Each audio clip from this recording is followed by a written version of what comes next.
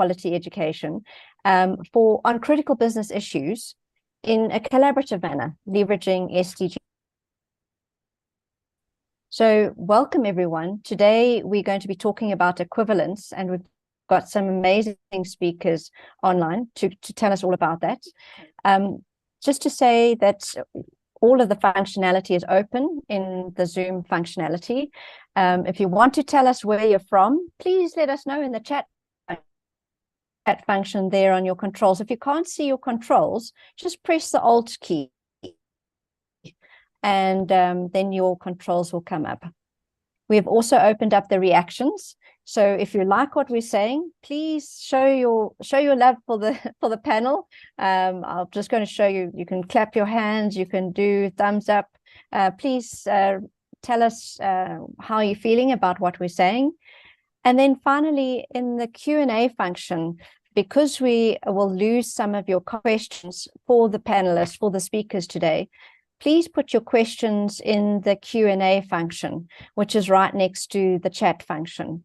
So it's lovely having everyone online. I see we've got people from Paris and Trinidad and Tobago. So of course, South Africa, Prague, Singapore, so from right around the world.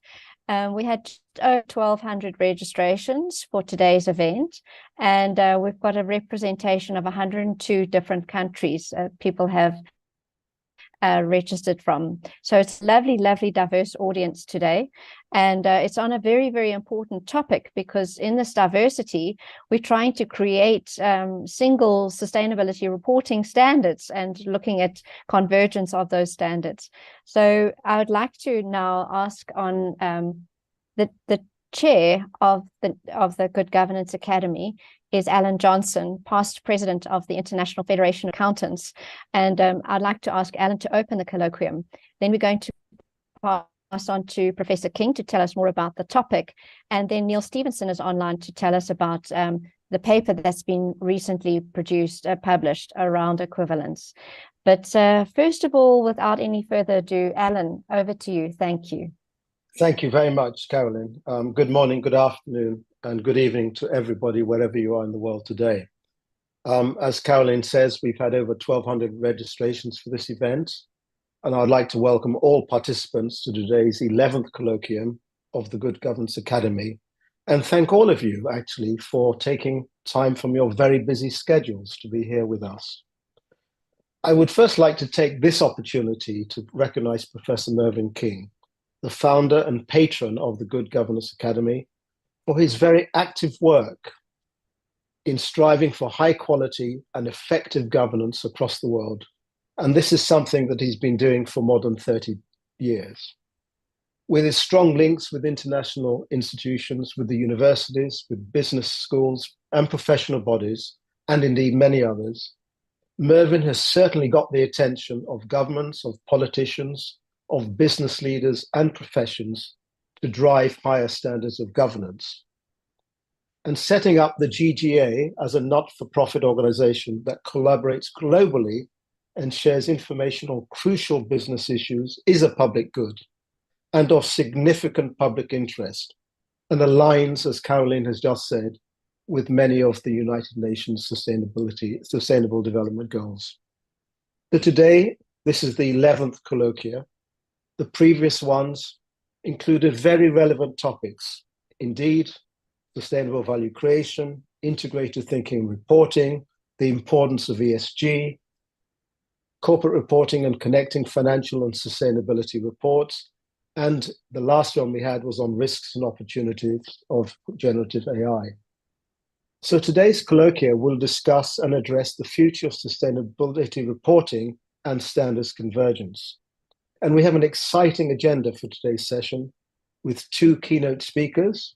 So Neil Stevenson, who is the director at Deloitte in the UK, and Josephine Jackson, who is the deputy chair of the International Audit and Assurance Standards Board. And we also have two panelists that will be joining me later today. Hilda Blom, who is the deputy CEO of Accountancy Europe, based in Brussels.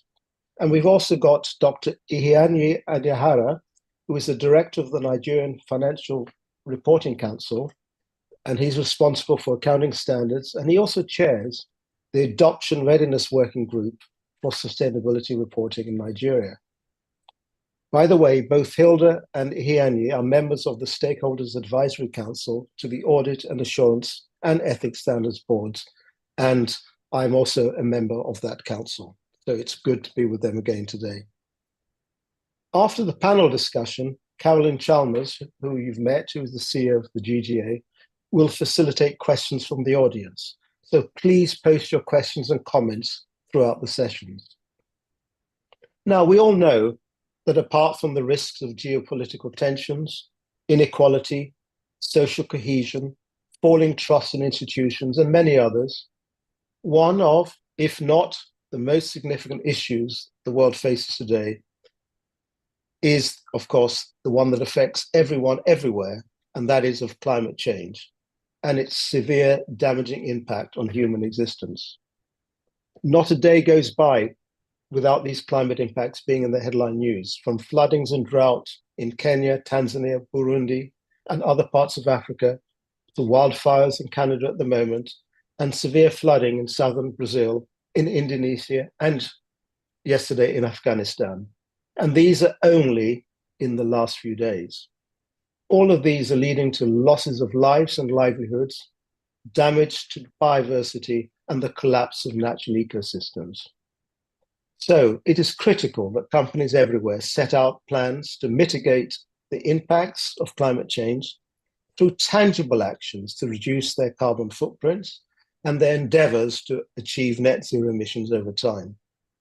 And reporting on these commitments, the plans to achieve them, and progress being made is of significant importance to all stakeholders. And the transparency and integrity of sustainability reporting is essential. And we'll hear more on this from our keynote speakers and panelists today.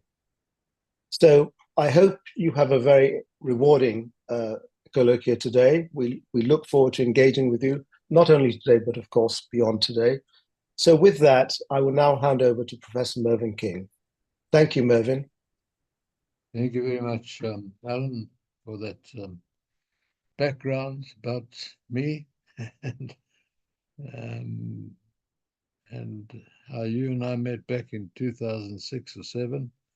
And you were the speaker and you spoke about me and you came and sat next to me. And for the first time we actually spoke. So you were speaking about me and then you came and sat next to me. But the purpose of my speaking today as the patron of the GGA, of which I'm extremely proud, is to talk about the doctrine of equivalence. How did the doctrine of equivalence come about? And what are we actually striving to do in governance circles and in corporate reporting circles? We try to arrive at what I describe as the end game, to have a global comprehensive corporate reporting system so that we will be able to give greater weight to comparability, for example.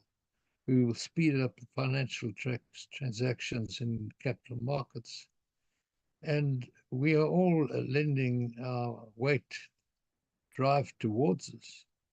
And so we on the side of a river, and the river had become a river, alphabet soup river, but we need to cross to the bank on the other side, which is a global comprehensive corporate reporting system.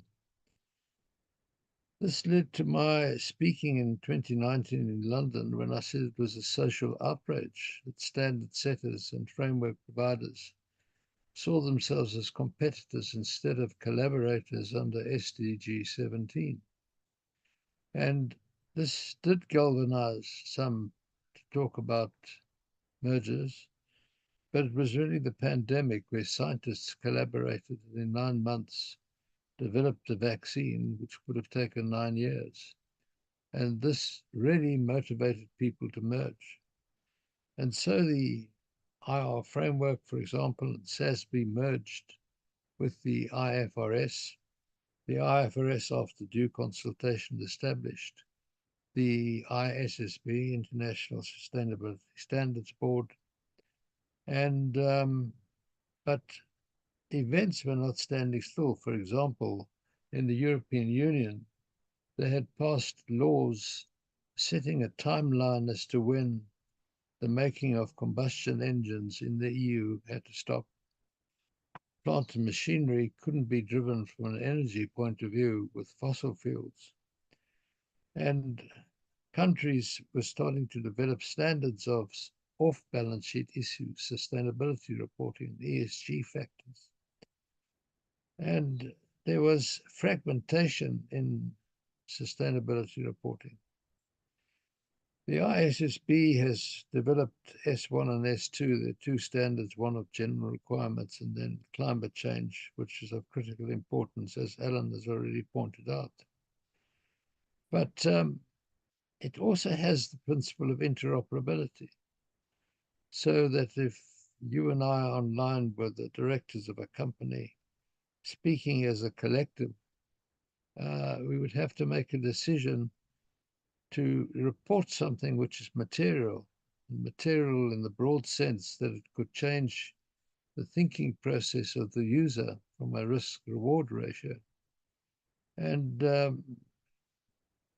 this collaboration became driven by the merger of SASB, IR, and the IFRS, and the establishment of the ISSB.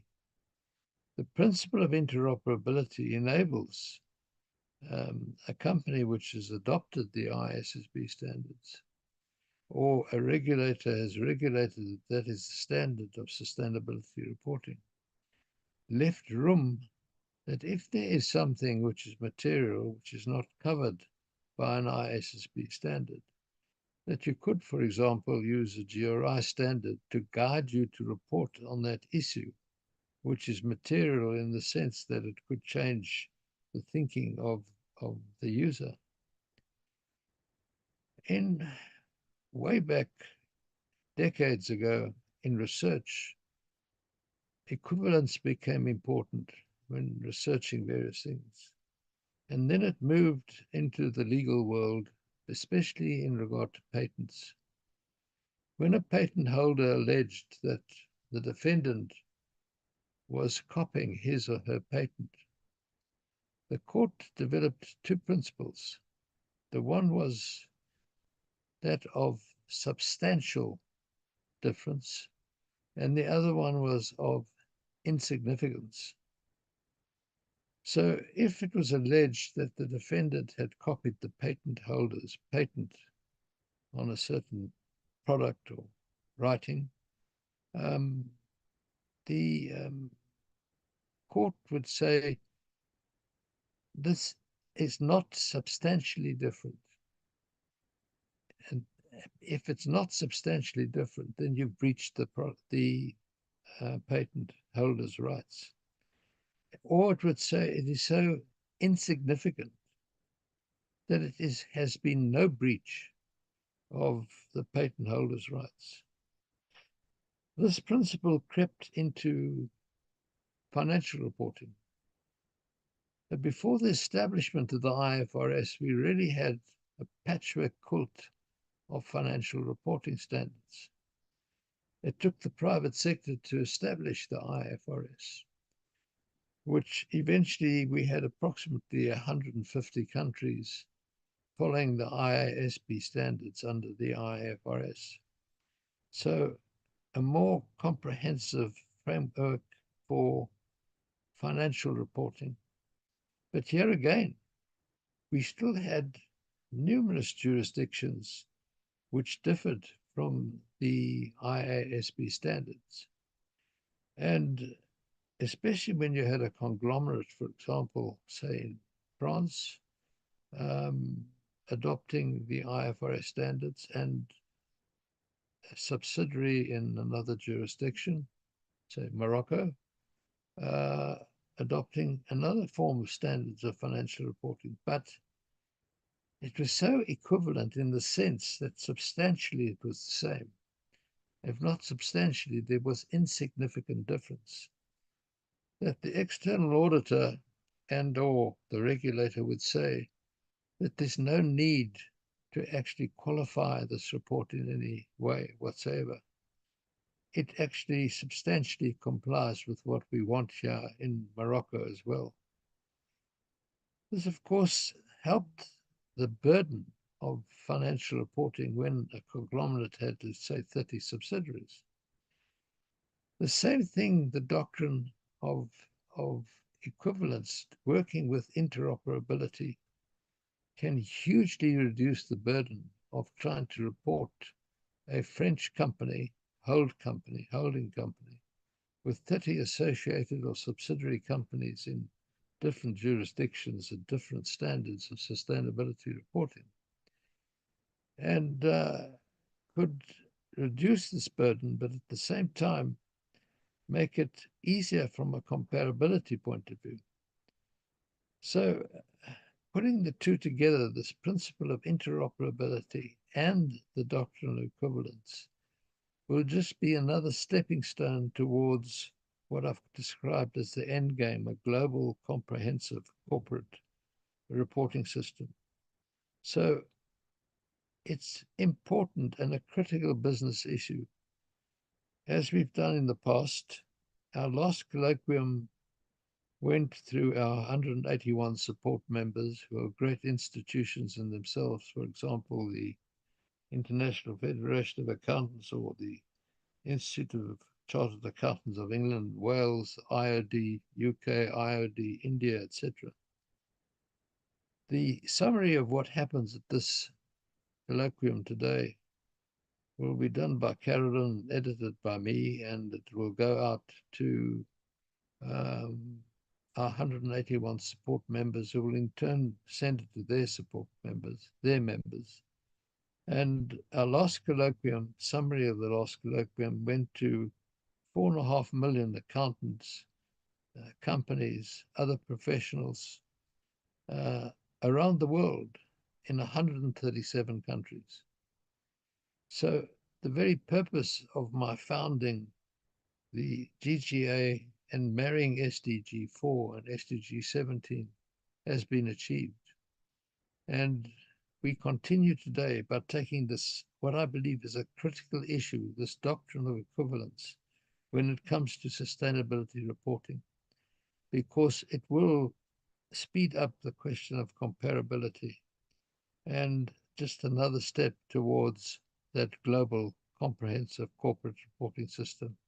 So thank you very much for being online today, and I look forward to the panel discussion, speakers, and I look even more forward to summarizing it all and sending it to our support members so that it literally goes around the world. Thank you very much.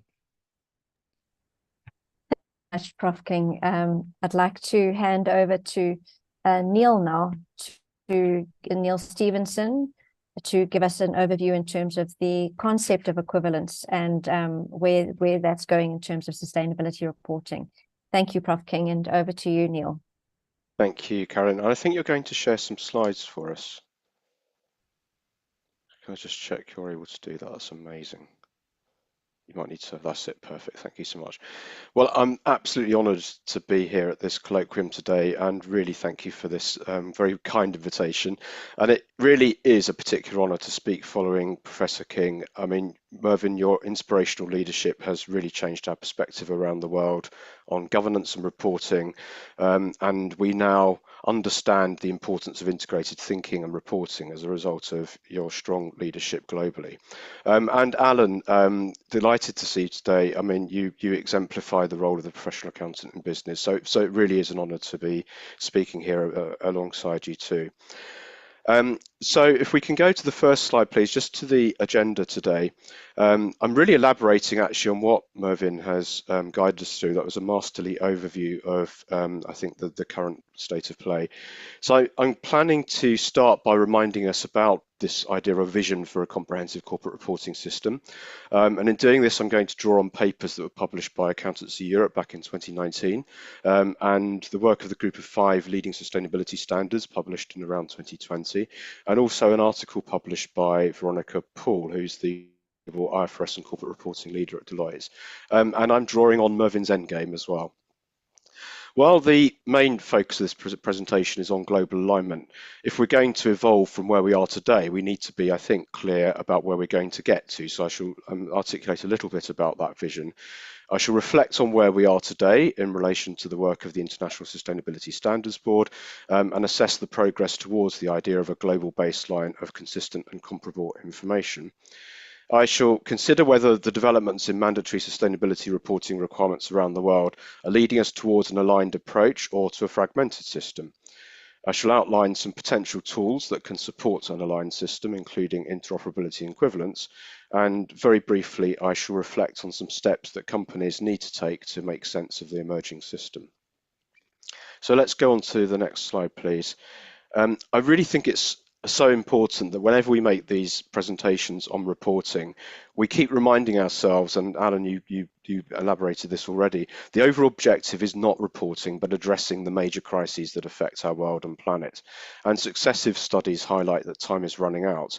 And these studies also highlight the scale of the financial investment that must be made into sustainable business. And I'm aware that financing the transition continues to be at the top of the policy agenda, and I understand it will be a focus at COP29 again this year. However, while reporting for its own sake may not be the overall objective, it is nonetheless a key enabler, and we therefore do need a system that promotes trust and transparency and achieves high quality information to support the decisions made by investors and stakeholders more broadly. And we need a system that recognises the foundational importance of integrated thinking. It promotes a global system and an end game that facilitates companies integrating people, planet, prosperity for society into the core of their business and allows them to focus on what matters. Now, these developments respond to continuing investor and broader stakeholder concerns about trust and confidence in reported sustainability information, including transparency on the actions being taken to support climate and sustainability commitments. So while there's been a lot of developments, and I shall go through some of those, the reality is we still have a lot to do to get to the if you like, the quality of information that's needed to support this system. So maybe if we go to the next slide, it's clear that we need to put in place a reporting system that can support all of these objectives that I've just set out. But what are the principles that should inform this system? And here I'm very much drawing on the Accountancy Europe paper and the work of the Group of Five. So as we can see on the screen here, a number of principles. These are not meant to be exclusive, but they illustrate some principles for a system that we need. And I think the first of these is that we do need a global approach to achieve a global baseline. And that's fundamentally because business, their value chains, capital markets, and in fact, the sustainability issues that we're facing are all global, and we therefore need global solutions to them. But we do need the flexibility to allow for top-ups to reflect public policy priorities as they become adopted around the world. We also need a system that allows addressing reporting on sustainability matters to investors and reporting on sustainability matters to stakeholders more broadly. Both those groups need to have their particular information needs satisfied. To achieve this, we do need an independent standard setting approach that leads to high quality outcomes with appropriate due process and oversight.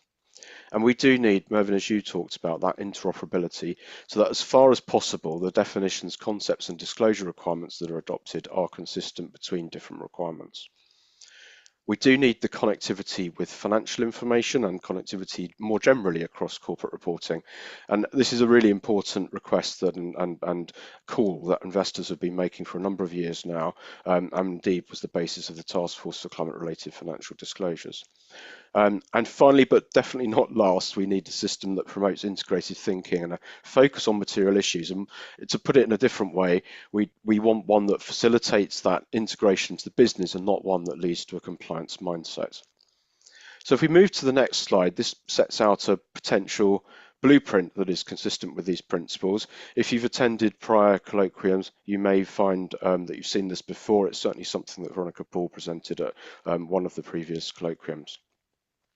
So this vision allows for a global baseline of sustainability information relevant to investors and accommodates a system for reporting to stakeholders more broadly. It's based on existing well-regarded independent standard setting bodies, and it's a vision that can readily be applied alongside the other necessary parts of a well-functioning corporate reporting ecosystem, including the training, the professional development, assurance, enforcement and monitoring. And so I do think this is a plausible vision. As I said, it's based on many of the ingredients that are here today, and some of it's already been achieved. As we were talking about, the ISSB has been set up and it sits alongside the ISB, and that's already consolidated in a number of other frameworks and standards. So I think we should keep this vision front of mind as we now go on to consider where we are today and assess progress towards the aligned system of the future. So where are we today? If we move to the next slide, please. So many of you will be aware that the 2021, the ISSB standards are designed to form a global baseline of consistent and comparable sustainability information useful to investors and providers of financial capital. In IFRS S1 and S2, the ISSB has published the essential elements of the necessary reporting infrastructure, including standards setting out the general principles for reporting and specifically topical standard on climate. The requirements include a framework for companies to report on the sustainability-related risks and opportunities that could affect their prospects over the short, medium and long term. So this is not a climate standard, it encompasses climate, but it's a broad set of framework that allows for reporting on all sustainability-related matters. And the ISSB is now developing its agenda to build out its topical standards in critical areas such as nature and biodiversity and human capital, and it is already working to enhance its industry standards based on the SASB standards. So following the publication of the standards, IOSCO, the global regulator or the global body of member regulators, endorsed the ISSB standards last year and called on its 130 members to consider ways to adopt, apply or otherwise be informed by the ISSB standards within the context of their jurisdictional arrangements. And a very important announcement came from the Financial Stability Board when it said that the ISSB standards, and it found that the ISSB standards should serve as a global framework for sustainability disclosures. And now TCFD has been disbanded and the FSB has transferred the monitoring of climate-related disclosures to the ISSB. And this development really reflects that IFRS S2, the climate topical standard, is strongly based on the TCFD recommendations. And indeed, there is wide stakeholder support for the ISSB, including policy support at the level of G7 and G20, and a lot of business support. 400 organisations at COP28 called for the ISSB to be used to form a global baseline for climate reporting. And here at Deloitte, we've been working with a coalition of companies through the World Economic Forum for a number of years, and those companies have advocated very strongly for a global baseline based on the ISSB standards and actively engaged with the corporate reporting ecosystem to achieve this, including through high-level dialogue at Davos. Now, I think the best way of building the global baseline is for the ISSB standards to be adopted in full without modification within jurisdictional requirements. This approach still allows for jurisdictions to add further requirements in respect of their specific public policy priorities. And indeed, we should understand that there will always be a need for that kind of flexibility because every jurisdiction will have its own set of sustainability priorities. But we do think that adoption is essential. And we are starting to see strong moves already for adopting the ISSB standards, and that's less than a year actually since they've been published. And they're doing that either directly or via local standards that are effectively bringing in the ISSB standards. And we're seeing this already in Australia, Brazil, Canada, Japan, Malaysia, Nigeria, Singapore, South Korea, and the UK, to name just some. And so these are all very positive developments. However, if we move to the next slide, please. However, we are also seeing the risk of a fragmented system. So while we are seeing good levels of adoption and progress towards adopting the ISSB standards, we are noticing that there is a tendency to bring them in via the development of local standards that are based on the ISSB standards with the introduction of adaptation, modification or carve-outs. This does lead to a modified set of standards, and that there is a risk, therefore, that we could end up with multiple versions of ISSB-derived sustainability standards around the world. The second big issue here is that other jurisdictions developed their own standards and requirements, notably in the US and the EU. These requirements have significant extraterritorial reach. In the case of the European Sustainability Reporting Standards, companies in scope will be required to report on the company's impacts on sustainability matters and how sustainability matters affect the entity's development, performance and position. The double materiality concept that will be familiar to many of you. In other words, while emerging requirements are said to be globally aligned or are derived from the global standards and frameworks, in practice there can be significant differences in reporting requirements, including on the concepts and definitions, measurement and presentation. So we do see a risk, therefore, that we could in fact move from a patchwork of voluntary standards and frameworks, Mervyn, you described it as a river a moment ago, just after we have seen promising consolidation. For example, we saw the consolidation of CDSB, the SASB standards and integrated reporting into the ISSB. And we could move from that patchwork to a new patchwork, a patchwork of regulatory requirements. To use that much loved phrase, moving from one alphabet soup to another. Such fragmentation not only detracts from the concept of a global baseline, it can also detract from decision useful information by switching the focus to compliance away from material sustainability information that is overseen by the board. Fragmentation also increases the efforts required for companies to comply with all the different requirements. And we should be recalling here that complying with even one set of sustainability reporting requirements is not a small challenge. Companies will have lots to do to achieve a robust approach necessary for high quality reporting, including extending their governance and internal controls to build a much broader data set and, where required, to get that information assured. This task becomes much harder, complex and costly if multiple jurisdictional frameworks have to be complied with.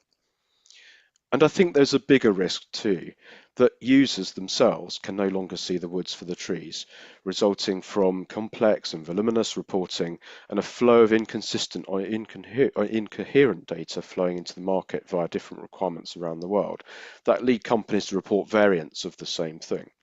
This outcome is not likely to help accelerate a more efficient allocation of capital to sustainable business. So, what tools do we have to promote an aligned system? So perhaps we move to the next slide, please. Thank you very much. So, as I said earlier, and I think it's really important we keep this in mind, the preferred way to build a global baseline, certainly in many of our views, is that the ISSB standards should be adopted in full by jurisdictions. But we understand, and I've just outlined, there are different requirements coming through around the world. And so what tools do we have to promote an aligned system as we see this emerging picture? And to what extent can those approaches help to achieve the global baseline? So I'm going to talk about two approaches that can be helpful and assess how helpful they may be. So one approach that is often talked about is interoperability. Interoperability refers to the ability of a company to meet different reporting requirements efficiently and with less duplication of effort. Standard setters and regulators may seek to achieve this by aligning concepts, definitions, requirements, measurement and metrics as far as possible within their overall objectives. And we have seen this approach in practice in the interoperability work between EFRAG, the European Sustainability Standard Setter, and the ISSB, which has led to the recent publication of guidance. Now, this guidance illustrates the alignment of the respective climate requirements in ISSB and ESRS. Now, such guidance is hugely welcome to preparers. The alignment of the ISSB's definition of material information and ESRS's financial materiality is a strong basis for the guidance, and it will definitely support companies when they are thinking about moving from reporting under ESRS to ISSB, or reporting from ISSB to reporting on ESRS, or where they want to accommodate both sets of standards within their overall reporting. GRI, you may recall, has also confirmed that companies who apply the ESRS standards will meet the with reference to provision in their standards. And so there are some good examples of interoperability practice. However, exercises to highlight interoperability between standards and regulations actually really result in reconciliation tools.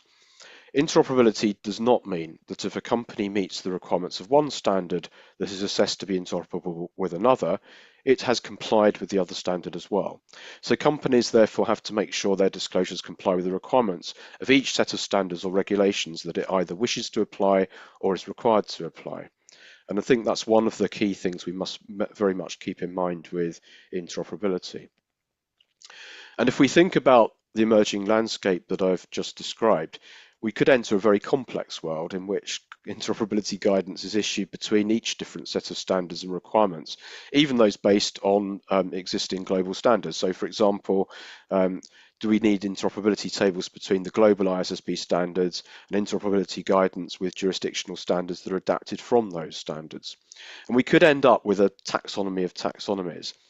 And I hardly need to add that this leads to the risk that sustainability reporting becomes an extensive compliance exercise focused on reconciliations, rather than a key transparency tool focused on material matters and supporting the big sustainability climate crisis that we want to solve.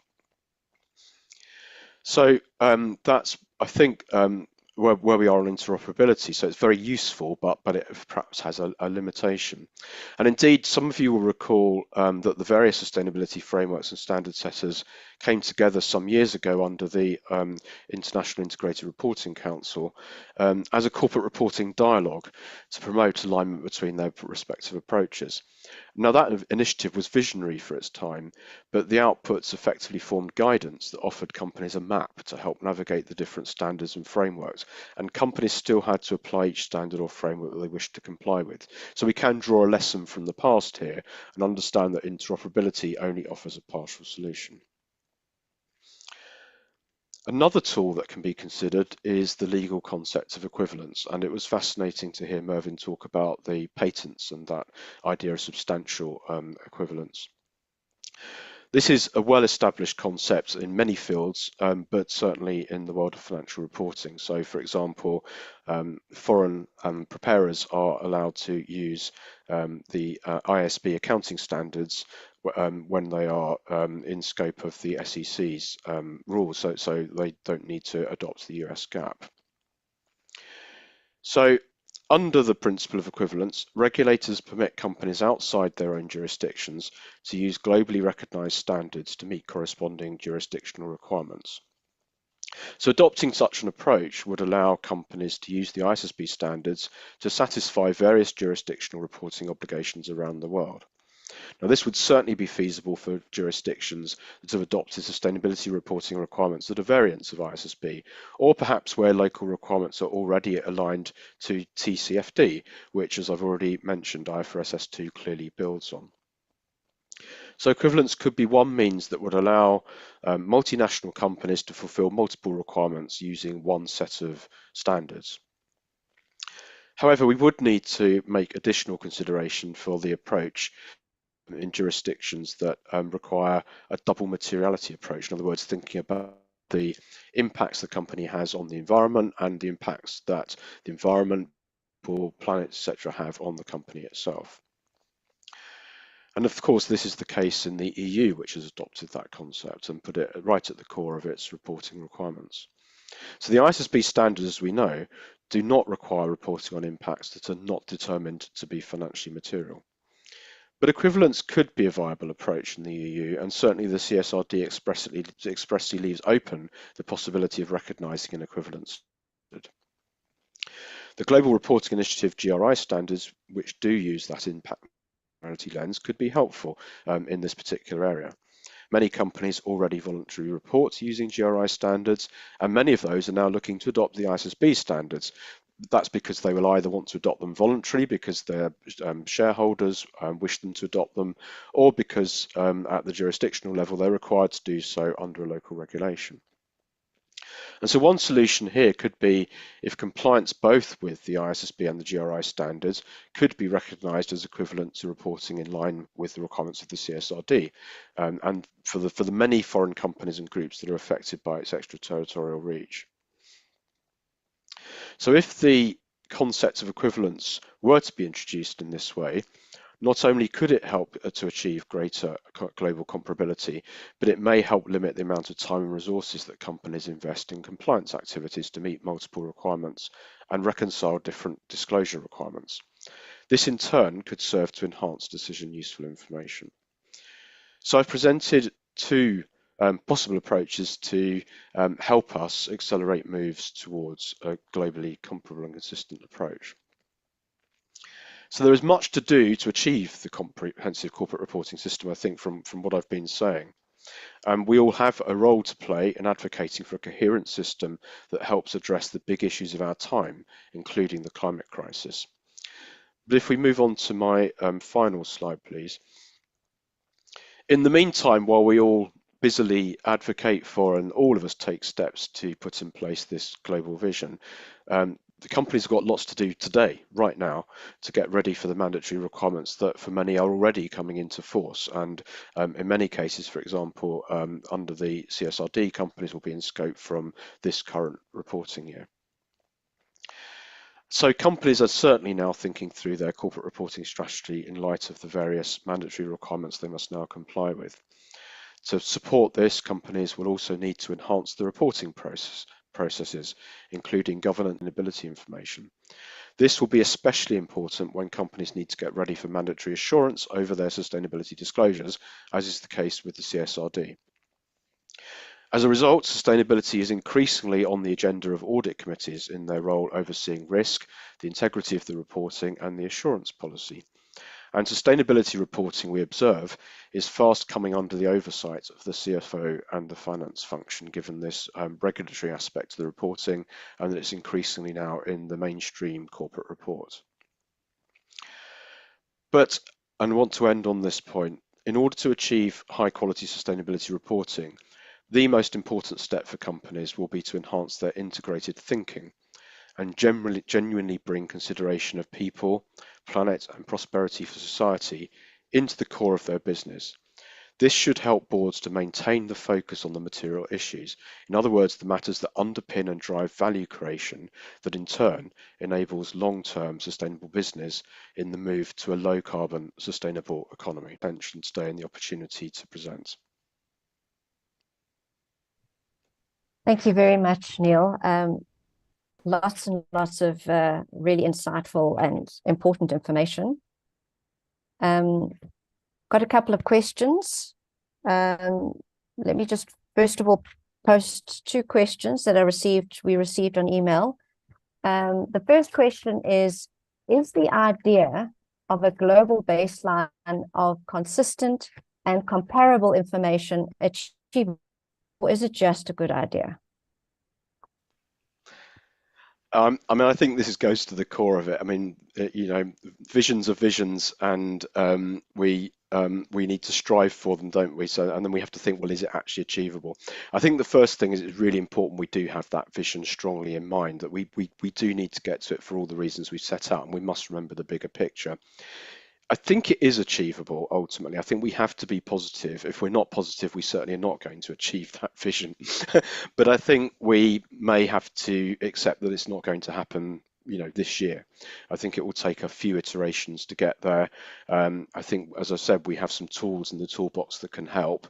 But I think as these requirements start to be implemented by companies and we start to see the practices, and perhaps as different jurisdictions start to think through how they can fit with other jurisdictions in this area, we could see some stronger progress. But I think to say it's going to happen today would be wrong, but I do think it's achievable, and perhaps it goes to the core of the fact that that vision that we set out does all build on what exists today. It doesn't need to, you know, you need to adapt, move things around, etc. But it's not unachievable. All of the ingredients are there. Thank you, Neil. I'll take some from the floor now. This one from Lynn Johnson. ISSB is seen as targeting the 1% to 5% of the global business population, but as such, small businesses have been virtually ignored. Small businesses lack the tools, times, and capacity to make changes that would make reporting of any value. Do you know of any plans to address this challenge? I think, thinking then off the top of my head of the SME, you know, standards that are available in the IASB? Yeah. So I think this definitely is a tricky area in the sense that the reporting requirements that are coming through all require that consideration of the value chain. So ESRS, ISSB. So that does in fact mean that the large companies in scope will be asking throughout their supply and value chain for that data. In terms of the ISSB practice, which is what I'm most familiar with, firstly, I think it's important to say that the standards were designed with a proportionate approach in mind. So there are reliefs from a number of things that are likely to be more complex from companies. So for example, if you're unable to calculate the financial effects of some of the risks and opportunities, you can say that you can't do it. If scenario analysis is too difficult for your company and its circumstances, you can state that and not perform the scenario analysis. So they've tried to be proportionate in the approach they've taken. And they've also launched a capacity building framework and program to do precisely what you're suggesting, that need to help the whole system move into this new world, if you like. So some of that thinking is there. And I also note in the ISSB's agenda paper, where they were looking at their future work plan, one of the considerations was in fact the burden, if you like, on SMEs in terms of some of the themes they were choosing, in terms of how much information the standards would require asking throughout the whole value chain. So that's very much on the mind of standard setters. But I do think we need some more practical tools that perhaps help us to get the information perhaps in an easier way, because I do accept that for small business this is a big thing. I think I would say that the while the ESRS is actually has quite a low threshold, many companies are in scope, private companies, and I'm sure Hilda you will talk about that later, but many private companies are in scope of the ESRS. But certainly I think for ISSB primarily it's going to be implemented through, if you like, the listed and the PI sector first. I have a question here from Carty Lewis. It's a shorter question, then I'll get to Catherine's question. Carty's asking, how would companies apply the double materiality assessment methodology in the ISSB context when they only need to comply with financial materiality reporting? How do you see those two concepts of materiality playing out in a reporting process, so to speak? Yeah, I think, as I was saying in the presentation, perhaps the most important starting point is that the description of financial materiality in the ESRS standards is consistent with the description of definition of material information in the ISSB standards. And the interoperability guidance that I just referred to, clearly says that there is potential for an aligned outcome. I think the important thing is, I think there are 2 points to make on this.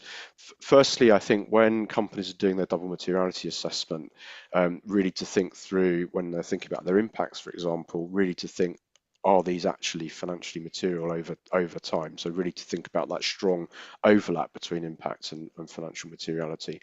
And then when thinking about the ISSB, think very strongly about the need to focus on investor lens and to think about the matters that could affect the decisions of stakeholders. I think the key point here is you can't automatically just say, because I've looked at it under one standard, I can apply it to the other. But so you need to think through the requirements of both standards. But there should be substantial alignment at the level of financial materiality under both standards. Thanks, Neil. From Catherine Garcia then, what are the advantages of reporting according to the different platforms if a company is required to the CSRDs and ESRSs? What are the advantages then of reporting according to different platforms if you actually you're required to report under ESRS?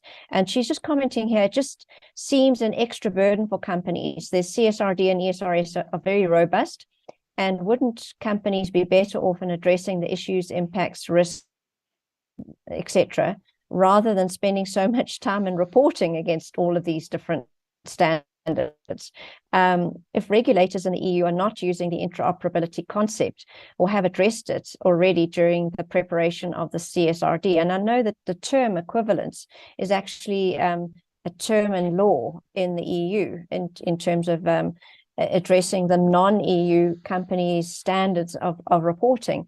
So that I guess this is going to a question of experience, what are the advantages of considering other standards, even if there is a compliance requirement for these companies to adopt and report against the ESRS standards and CSRD? Yeah, so I mean, one of the critical things here is the ISSB is trying to create that common language that will be recognised by providers of financial capital, and so there's likely to be strong demand from investors around the world to understand clearly what those, what the ISSB and reporting under ISSB. I think that's going to be absolutely crucial for many companies. And indeed, as I was suggesting earlier, in many jurisdictions, ISSB is going to become a mandatory requirement. In fact, the UK government has just announced today its next steps, if you like, towards UK adoption. So I'm not sure it's either or. I think in reporting we've always thought about not just what we're in scope of under regulatory requirements, but what our users of reporting want to see and what they're asking for. I think the crucial thing here as well is under ISSB is that, if you're including other information, you shan't obscure the information that's relevant to the investors. I think that's one of the key principles that we need to hold in mind here. As to, I think, the implication that would we be better off addressing the risks and opportunities and impacts rather than reporting about them all. I think there is some, well, let's put it this way. The trust and transparency equation is, to my mind, absolutely critical. If we're going to make progress, the accountability for the commitments made, the performance of the company, the clear and transparent reporting without undue bias, etc., is all very, very important to in itself to facilitate the decisions of the users of the reporting. So I don't think it's either or, but as I was suggesting, the more we can promote that consistent and aligned global system, the more it is efficient for companies, and therefore the more time they have to devote on really bringing those matters into the core of their business. So that's the purpose of that vision, really, is to help direct the energy to transparency about what the company is actually doing to address the big issues. And I'm going to call out Peter Duffy of the ESG Exchange and call his name in vain, but he speak about, and it's actually quite an important concept, is that you're reporting against one standard and you come out looking, and he uses, obviously being Irish, St. Patrick's Day green, and then you're having to report against another standard, and suddenly you maybe a slightly more paler shade of green, as in the sick green, because it's not looking so good.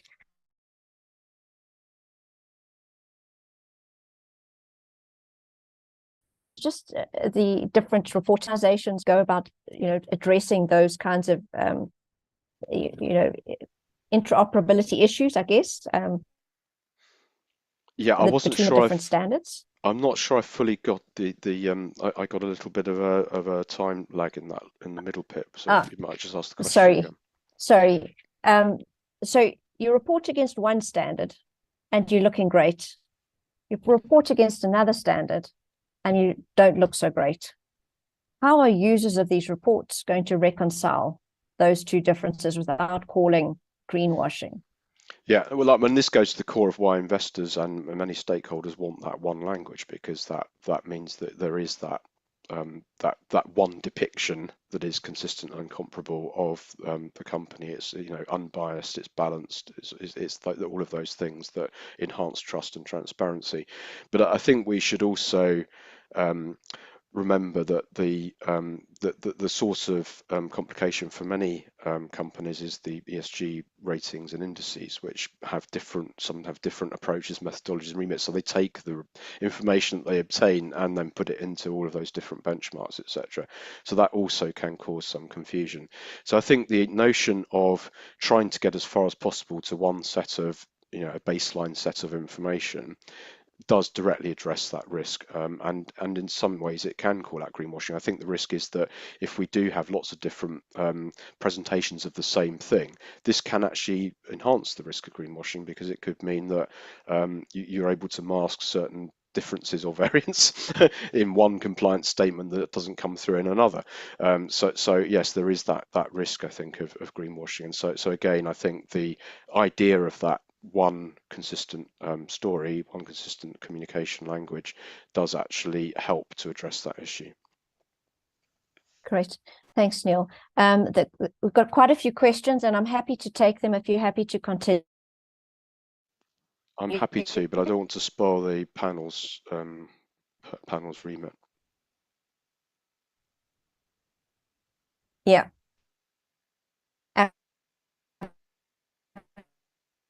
Per countries and regions, that I'm going to park and leave that for the panel, because we have got the diversity of countries and perspectives in the panel. So to go to this question, the biggest issue that needs to be addressed, hang on, this is location specific.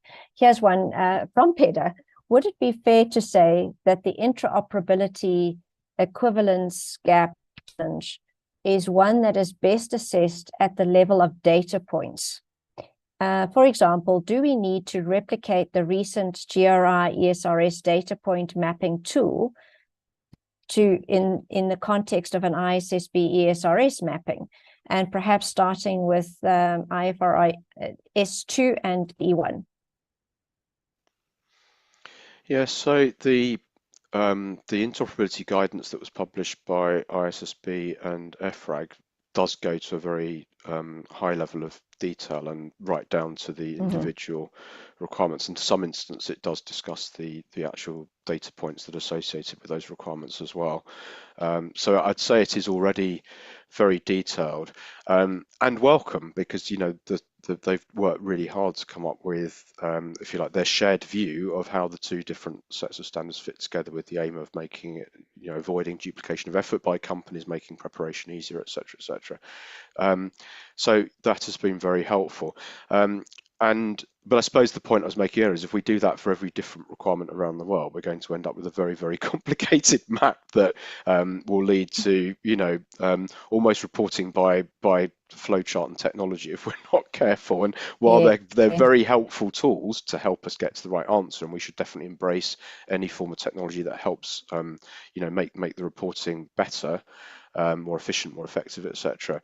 I don't think we want reporting by those sorts of reconciliation tools. I think what we want really is what Paul Druckmann, formerly of the IRC, always talks about, is data in context, to understand how these data points describe what's going on in the company, its strategy, its performance, the value that's being created, etc.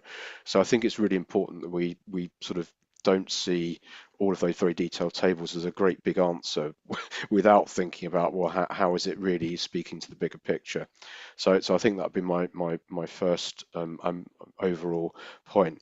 But it does also speak to the fact that even when you do detailed alignment at the data point type level, the way that they may be applied and prepared or thought about could vary according to the concepts and the definitions and so forth that are elsewhere in the standards. So some of the general requirements, for example. So I think it's really important we don't just see this as about, metrics and measurement. It is about that, but it's also about that whole bigger picture of what's the objective of the standards, what are the key concepts that are being applied, what do I need to think about in respect of connectivity with other parts of the reported information. It's a much bigger picture that we have to think about.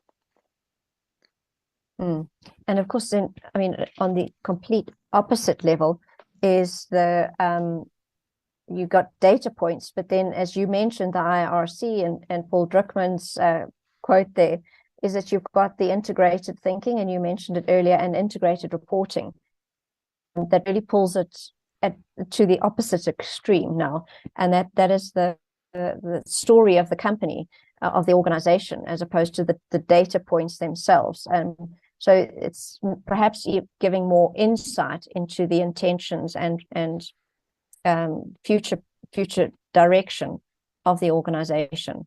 Yeah, I got another one. that's why, if I sorry. can just say, I think that's why certainly when I presented that slide that Deloitte has used a lot, this idea that when we talk about integrated thinking, we kind of deliberately use the pillars that TCFD and now ISSB have adopted for their core content, the governance, strategy, risk management, metrics and targets, because that really forms a very good framing for the integrated thinking that needs to go on in the company and links nicely to the reporting framework as well. And I think that's a really important and useful way of thinking about what we're trying to get to. So in that regard, metrics and targets are one critical core component of that whole. Yep, because we've got the 4 pillars, of course, of the TCFD that has gone into ISSB and reflected in the ESRS as well. Correct. I've got another question here, or statement from Lynn, that I'm sorry I moved into the answered bucket, but we didn't actually answer it. She's saying, we have been reviewing reports and found that many err on presenting the overly positive story. And that was my point about the St. Patrick's Day green versus the not so feeling healthy green. When tensions on climate change and other environmental issues continue to grow, because they are, there are more and more cases of greenwashing being tabled. And this undermines trust in so many ways. Lynn's asking, do you see the adoption of ISS standards to actually being able to counter this? So I think the answer is for both ISSB, ESRS and other requirements that are coming around the world, they should all have in mind that sort of trust, and they all have in mind that idea of transparency and unbiased, balanced reporting. So I think that's core to all. So whether you're applying ESRS or whether you're applying ISSB, that's very much the intent there. I think the answer, though, really is to see it as part of that broader system. And I didn't really talk about, if you like, the wider system, if you like, outside the direct corporate reporting standards. And I think what will make a difference is, as standards become mandatory and are therefore adopted within regulation, you need that whole system around it. You need the training, the assurance, you need the enforcement and the monitoring at the level of the regulators. And so there's a whole system that needs to come in around it, as we do already see. So if I'm familiar in the UK, for example, the UK regulators have already been putting out their appraisal of TCFD reporting that's required by the Financial Conduct Authority. So they've already been looking at the quality of those disclosures, and they are calling out things that they do not believe are consistent with the requirements of the TCFD framework. And that's the kind of thing that we can expect to see as we go forward. So the assurance can provide additional confidence to the users that there isn't that undue management bias. And certainly when I read the Series report earlier this year on investor expectations of assurance, they were very clear that that benefit would be very strong if applied to sustainability disclosures. But then that also goes into the regulatory expectations and the actions and steps they take. So I think that's Thanks, the point. Neil. If we That's bringing really it into the core, bring it into the mainstream, if you like, we do bring that system with it. Yeah, and it really, the devil's in the detail. When we actually start applying this, we'll start seeing the issues come through, I think. I got one from MJ here. MJ is one of our, she's well known in the sustainability world, also committee members in the ESG exchange. MJ is asking, can you articulate what you envisage in terms of applying the doctrine of equivalence to sustainability reporting standards? She's got a couple of questions, but let's just stop on that one. So can you articulate what you envisage in terms of applying the doctrine of equivalence to sustainability reporting standards? What would you see? Yeah, well, we've yet to see it directly in relation to all of the sustainability reporting requirements that are coming out. There is some reference actually for the California bill, which would permit ISSB for part of the acts that they've put out. But I think the core idea here is that there are two methods here. Either one jurisdiction can say anyone who applies and is in accordance with ISSB or ISSB plus GRI would fulfill a particular requirement in our jurisdiction. And typically that's used to permit foreign filers or foreign companies investing in a particular subsidiary or whatever in a country to enable that kind of equivalence that makes it more efficient for them to comply with local requirements.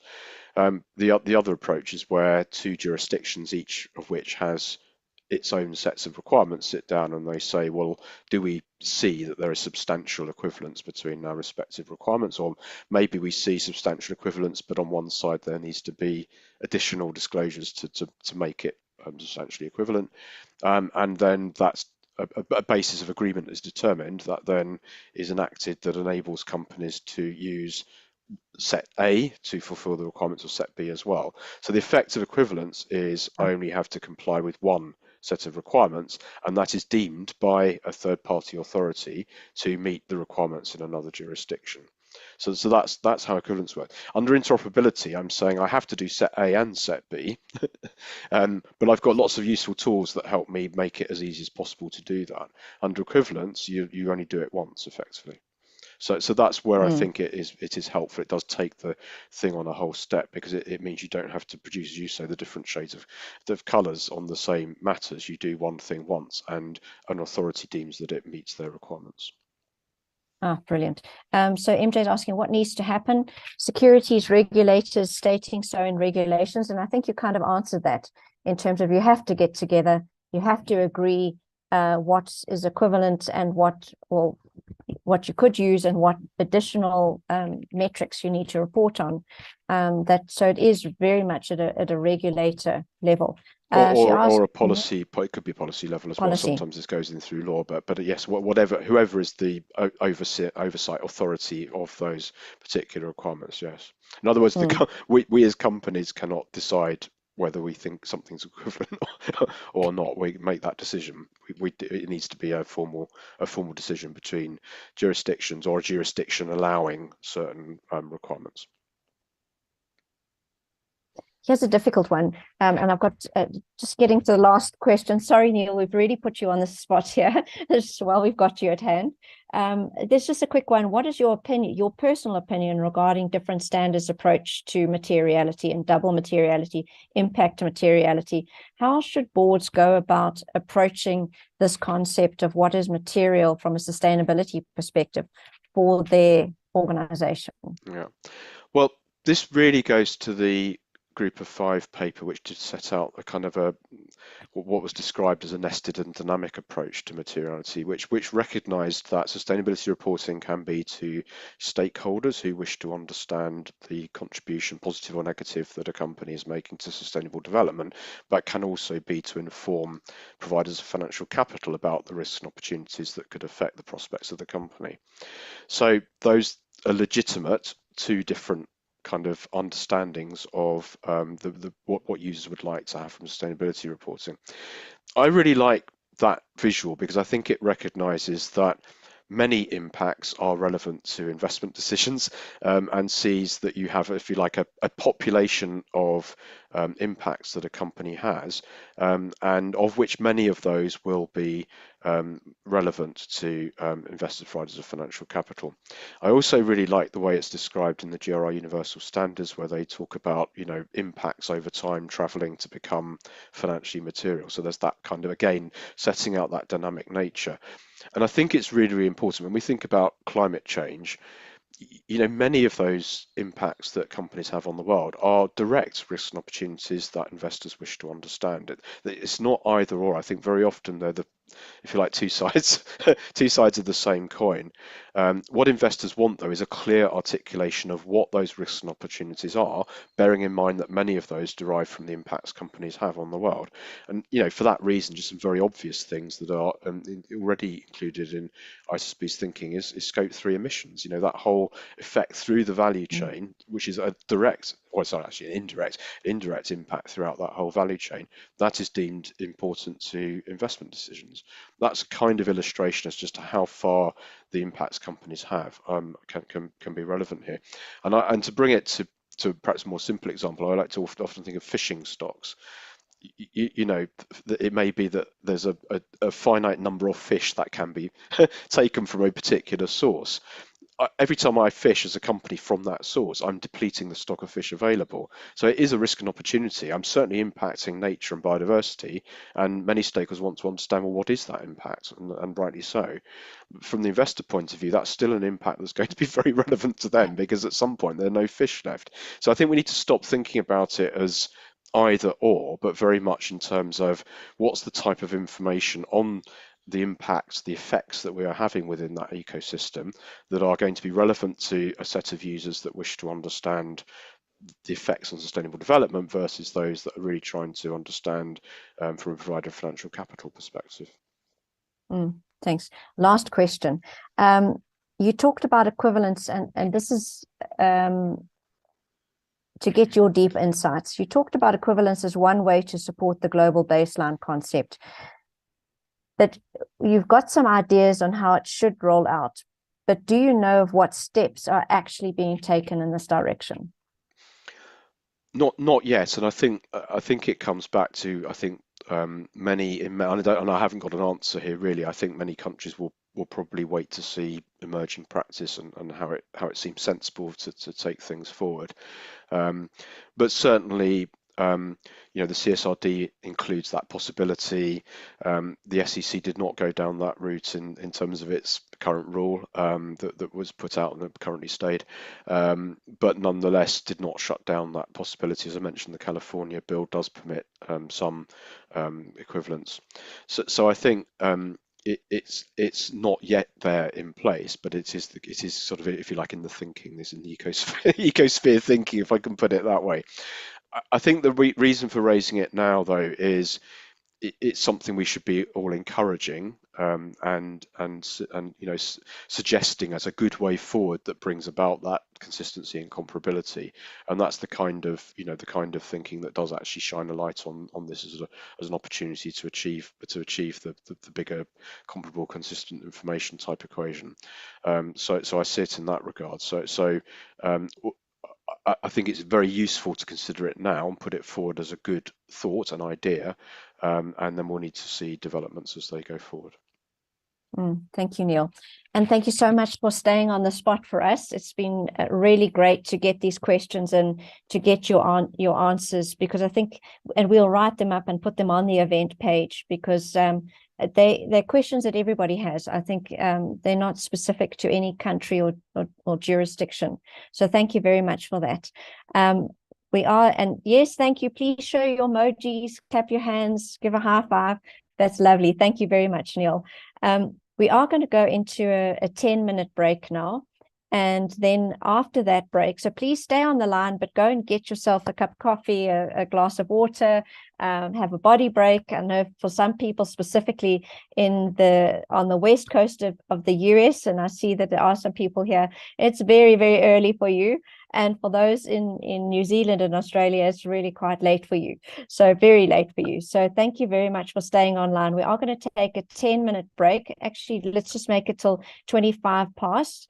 And then at 25 past, we'll introduce Josephine Jackson, who is the Vice Chair of the International Audit and Assurance Standards Board, just to get an insight and perspectives in terms of those applying those standards across all of these different multiple sustainability reporting standards that we have out there. So Neil, thank you very much. And we're going to take a 12-minute break. Great. Thanks so much.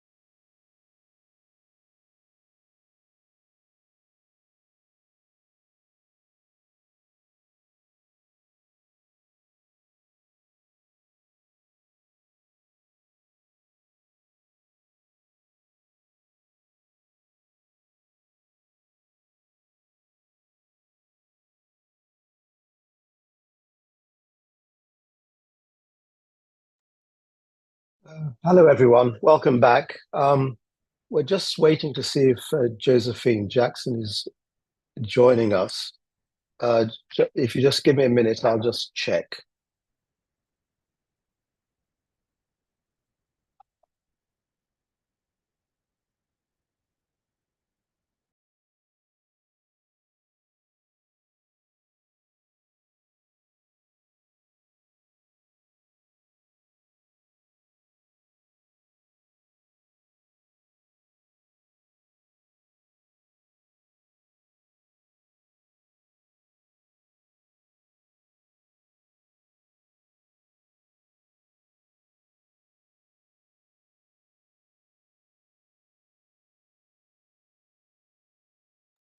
Hello, welcome back. We haven't got.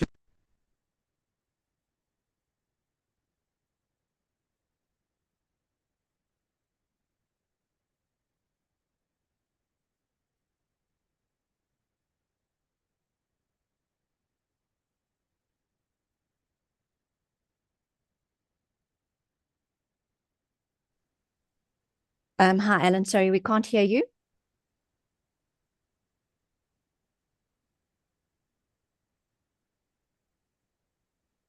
Alan, can you try that again? No, sorry, we can't hear you.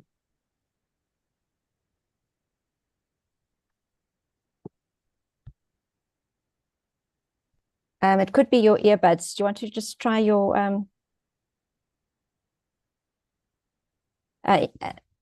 no, we still can't hear you, Alan.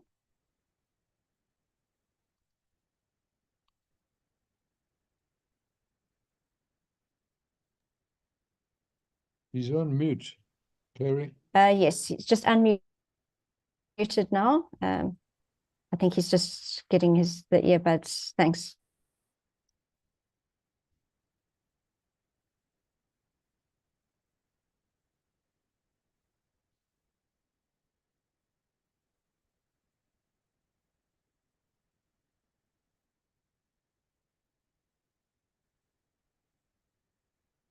Alan, can you hear us?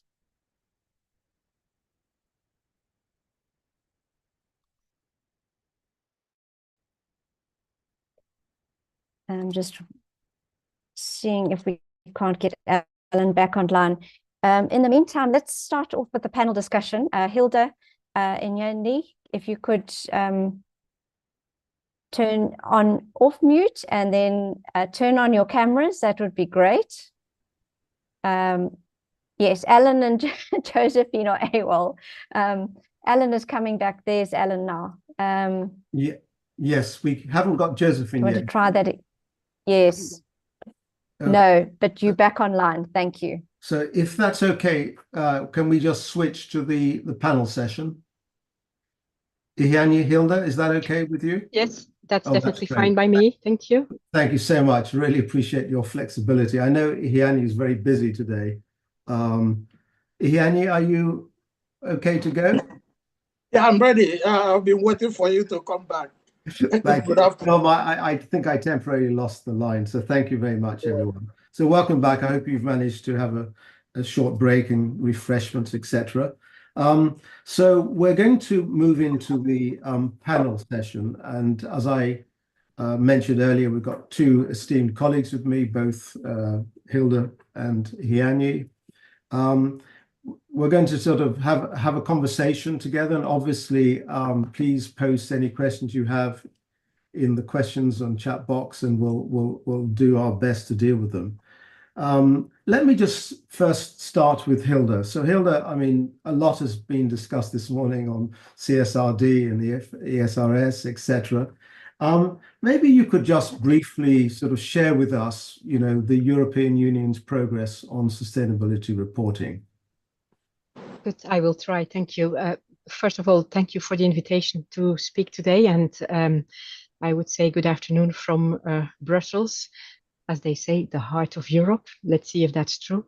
So on your question, so indeed, reference has been made to the CSRD, the Corporate Sustainability Reporting Directive, which became applicable as from this year, 2024. So that's a law that requires in the European Union, first of all, for all European countries that are listed countries and companies and that are large companies, sustainability reporting, mandated sustainability reporting. A large company, it means by and large more than 50 million of turnover in euros. Good. That is as far as the requirements. There are requirements for non-EU companies. There are a lot of people from non-EU countries on this panel. So there are also extraterritorial requirements. And for non-EU companies that have more than 150 million of turnover and that have a branch or a subsidiary in Europe with a turnover of more than 40 million, they are also underneath the scope of the CSRD. So there is this effect. In Europe, as from 2024, listed entities have required sustainability reporting under the ESRS, the European Sustainability Reporting Requirements. Those standards are applicable. There is a first set of 12 standards, really ESG standards. There are 2 general standards, one with general requirements, one with general disclosures, and then there are 5 E standards for environment, climate, pollution, water, biodiversity, and circular economy. There are 4 standards on the S, the social standards, own workforce, workforce in the value chain, affected communities and consumers, and then the G, there's 1 standard, business conduct. So these standards are there, they are applicable, they are mandatory as from this year for listed entities. As for from next year, for 2025, they are also applicable for the large entities. This is about 50,000 companies in the European Union by the end of 2025 that will need to apply those standards. These standards are in European law, so that is there. If we talk about the non-EU companies, then the story becomes much more interesting and very much on topic of the colloquium today, because there is a possibility that Europe would look at standards to set standards for non-EU companies, but there is indeed this alternative of equivalence.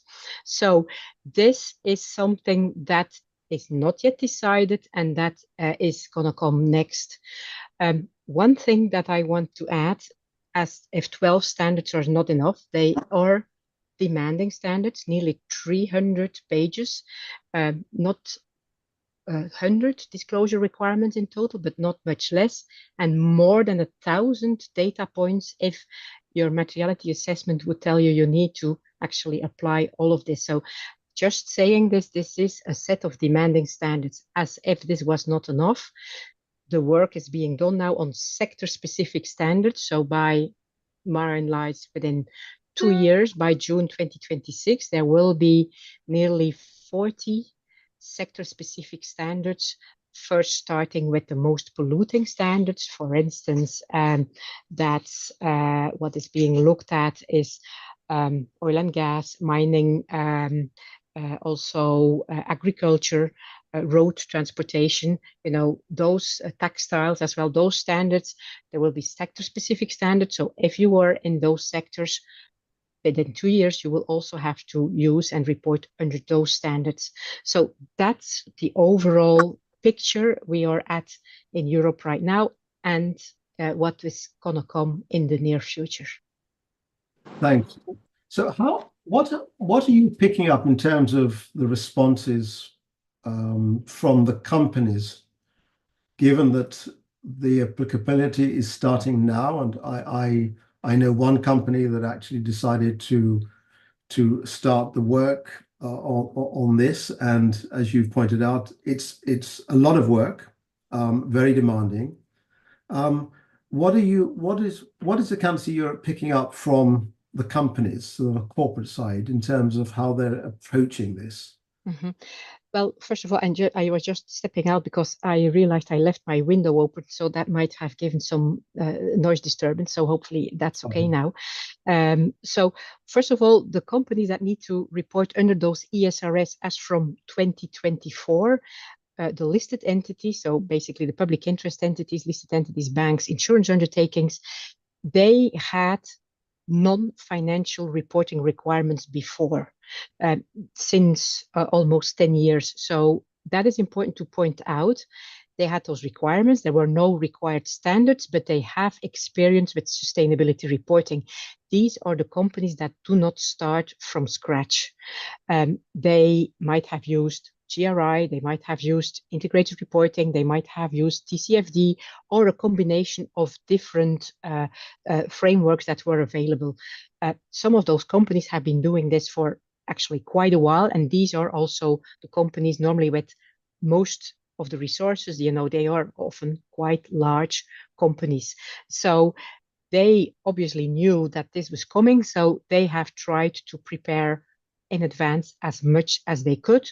But we have to add, only in the second half of last year, the ESRS were ready. So there was not a lot of time between having the final standards and having to apply them. So they have hired resources, they have studied the standards, they have started and done with their stakeholder engagement, they have done and they're working on their materiality, their double materiality assessment, which if they have done GRI before, they might have some familiarity with it. If they have not, that might be newer and more difficult for them. So there is a level of preparation that was already there, but the requirements now are, you know, much faster and much more demanding. I would say it's a journey. They are doing what they can. Setting up data points is taking resources, is taking time. They might not fully get there, but they are trying. They still have, you know, about 7 months to hopefully get there. So most of the companies that we talk to, they have, you know, really set all the means they can set onto this to get there.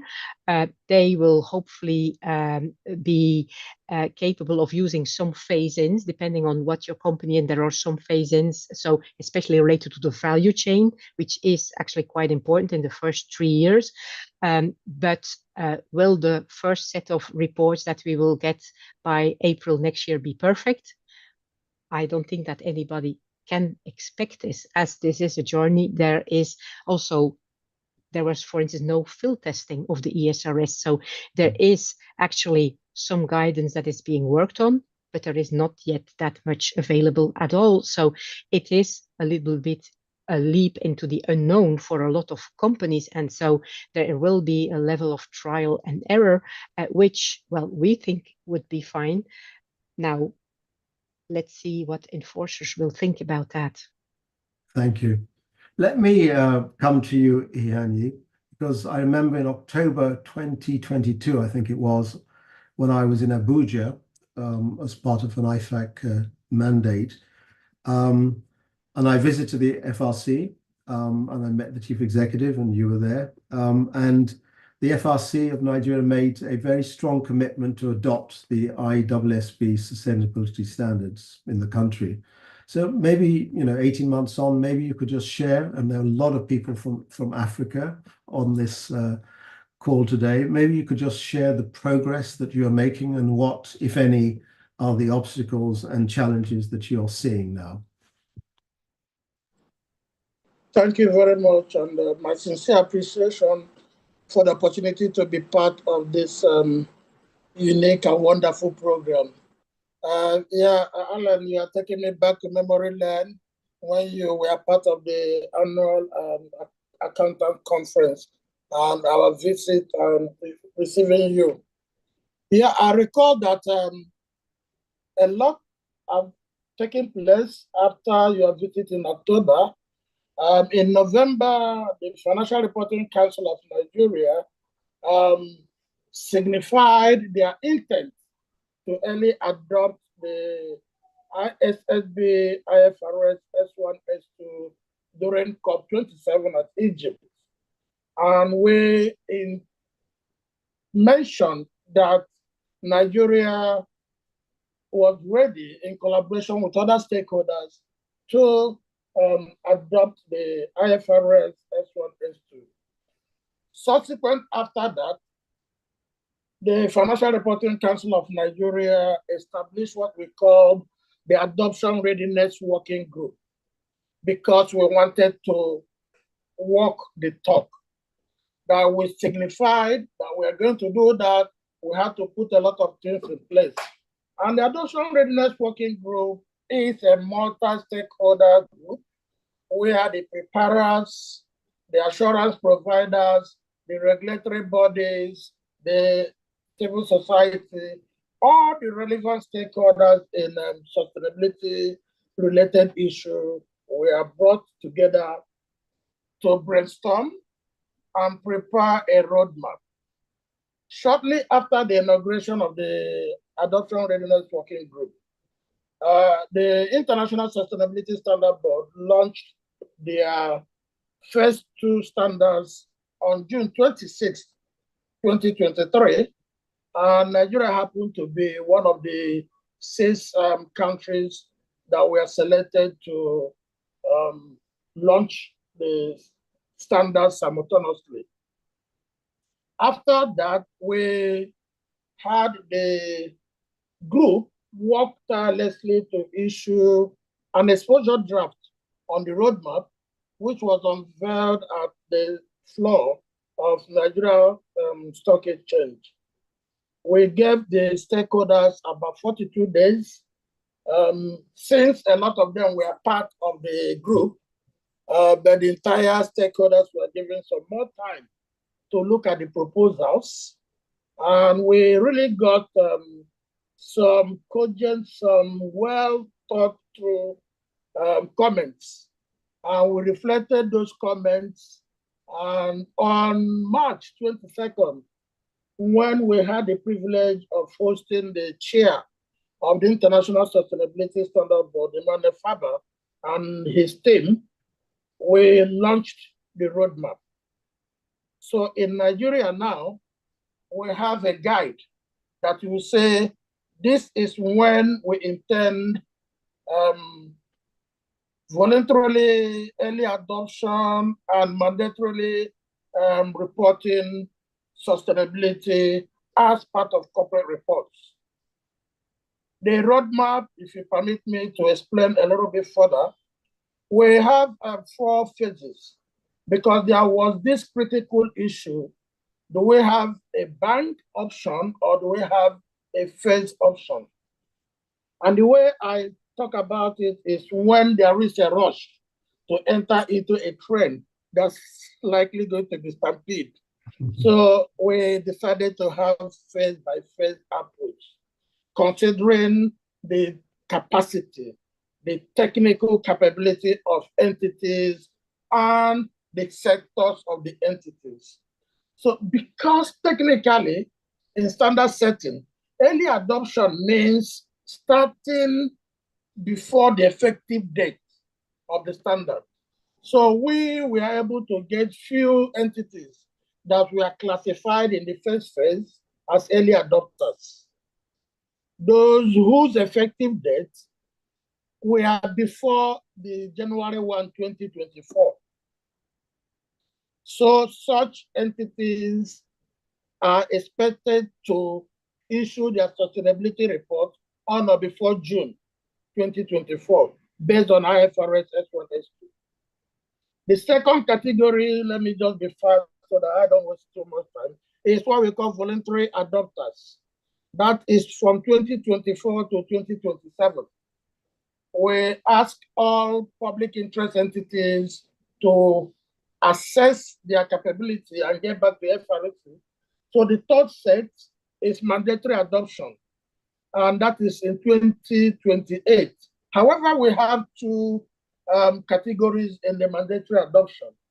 We have the PIEs, the public interest entities, and we have the small and medium enterprises. The public interest entities are to mandatorily implement IFRS S1, S2 from 2028, while SMEs are given 2030. And the other group is government and government organizations. We have not determined their effective dates, as we are waiting on the International Public Sector Accounting Standard Board that is still working on developing sustainability standard for public sector. Are there challenges? Of course, there are challenges. And the first challenge we have, to me, is challenge of mindset.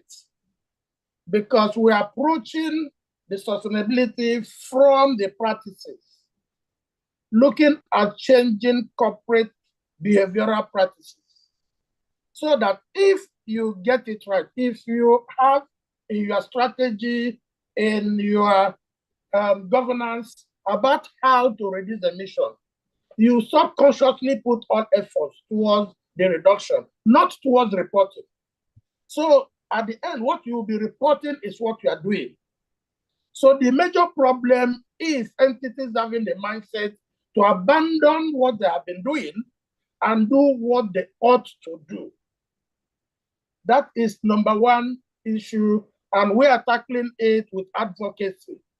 We're having massive advocacy to let them know. Another major problem is cost. Entities are looking at the cost implication of building new infrastructures, both in reporting and both everything. So the third issue we have is technical capacity. So for me, they are there, and there are provisions towards alleviating such challenges. We have a lot more. Let me pause here. Thank you, Henry. And it's very interesting the point you make about the mindset. And in fact, somebody's posed the question to Hilda, but I think it's not just to Hilda, it's to all of us today. And it's from Nusrat Ibrahim, who says, is the world going to be a better place with so much disclosure requirements? Is it going to help heal the planet, people, and increasing prosperity? And that's exactly the point you're talking about in terms of mindset. And Neil mentioned it earlier, which is about the actions taken. It's not just about the reporting. Reporting sort of helps tell people where we are on the journey. But if all your reporting is that you're still at the station and the train hasn't moved, then you're not going to make much impact. So it is about addressing the core issues. Is the world going to be a better place? And there's also an interesting comment raised by Richard Ndebele, who talks about the weaknesses of sustainability standards. And he goes on to say that research indicates that in practice, they currently do not effectively support strategies that ensure equitable value distribution. And I talked at the beginning about inequalities, et cetera, et cetera. So in all of this, what we've got to make sure is that it's not just about the reporting, but actually tangible actions to make the world a safer, more equitable, better place for all. At the heart, and I think Neil also touched on that point a number of times. But if I could just stay with you, Iheanyi, because I know that last week you were in Mauritius at a Pan-African meeting to discuss sustainability reporting and other related matters. So how would you say that is the continent gearing up to address the challenges that you've just referred to? Hilda also mentioned some of the challenges to address, one of the most pressing and urgent issues the world faces. Yeah, thanks so much. You are right. We had what we call Pan-African Regulatory Roundtable on sustainability reporting in Mauritius last week. And I think, in my assessment, is one of the best moves we have ever made to have a united Africa towards any global initiative in this regard, because AFIA is an association of African Forum of Independent Accounting and Auditing Regulators. And these are the regulators that will, let me use the word, require jurisdictions in Africa to implement this sustainability standard. And that gathering revealed a lot. There are countries that have been doing so much in the sustainability reporting journey that are not in the public knowledge. And there are so many who also have not even known how to start. So they gave us opportunity to leverage on the activities going on around African jurisdictions in the spirit of nobody should leave the brother behind, the African Union. So we met, we looked at what is happening in Europe, which I cherish so much. There is no standard issued in accounting, auditing, or so that Europe won't have a common voice. And that is what we, AFIA, tried to do last week. We identified some jurisdictions that require assistance, and we did something like pairing them with some other jurisdictions that have gone a little higher in the implementation. And we agreed to sustain that. And we also require that there should be jurisdictional, how will I use it, options, not really stampeding any jurisdiction into doing it. But in all, it gave us an opportunity to try to be on the same platform in implementing sustainability reports. Excellent. Thank you so much. So staying with the theme of actions, Hilda, so we know that the European Union is introducing the cross-border adjustment mechanism, or CBAM as it's known. Could you please share with us what you believe are the, maybe you could explain what CBAM is, because I think it would be relevant. It is absolutely relevant for the world if they want to trade with the EU, and also what you believe are the challenges and the opportunities therein. Good, thank you, Alan. First of all, going back very much to the point of transition, and here we're talking about sustainability reporting, and fully agreed that by just asking for reporting, you might not change behavior, or you might not instill action that you're looking for. Now, in Europe, there is what they call the EU Green Deal, which has many sub-aspects. And one is the CSRD and sustainability reporting, but there are many others, because the whole setup, the reason why we have the Green Deal is to actually have as its main aim a transition to sustainable business models. So that is the ultimate aim. And, this is just, put into different actions. Before I get to CBAM, there is one that actually was approved only a few weeks ago, and it's the CS3D, the Corporate Sustainability Due Diligence Directive. And that is what we would call the action point, because it is actually via due diligence requirements, it is asking for a certain scope of companies. They are not exactly the same as the ones under CSRD, but to actually take action as far as a list of environmental matters and human rights matters. So the action is taken care of via this. The reporting is for the CSRD, and I'm talking here about companies mainly in the European Union. Now, when we talk about the CBAM, the Carbon Border Adjustment Mechanism, what is the idea behind this? In Europe, we have already the ETS, the EU Emissions Trading System. That's for European Union companies. And as a company, you could say, in Europe, all those demanding requirements, why would I continue to have my production there? I just go outside of Europe and I don't need to do any of this.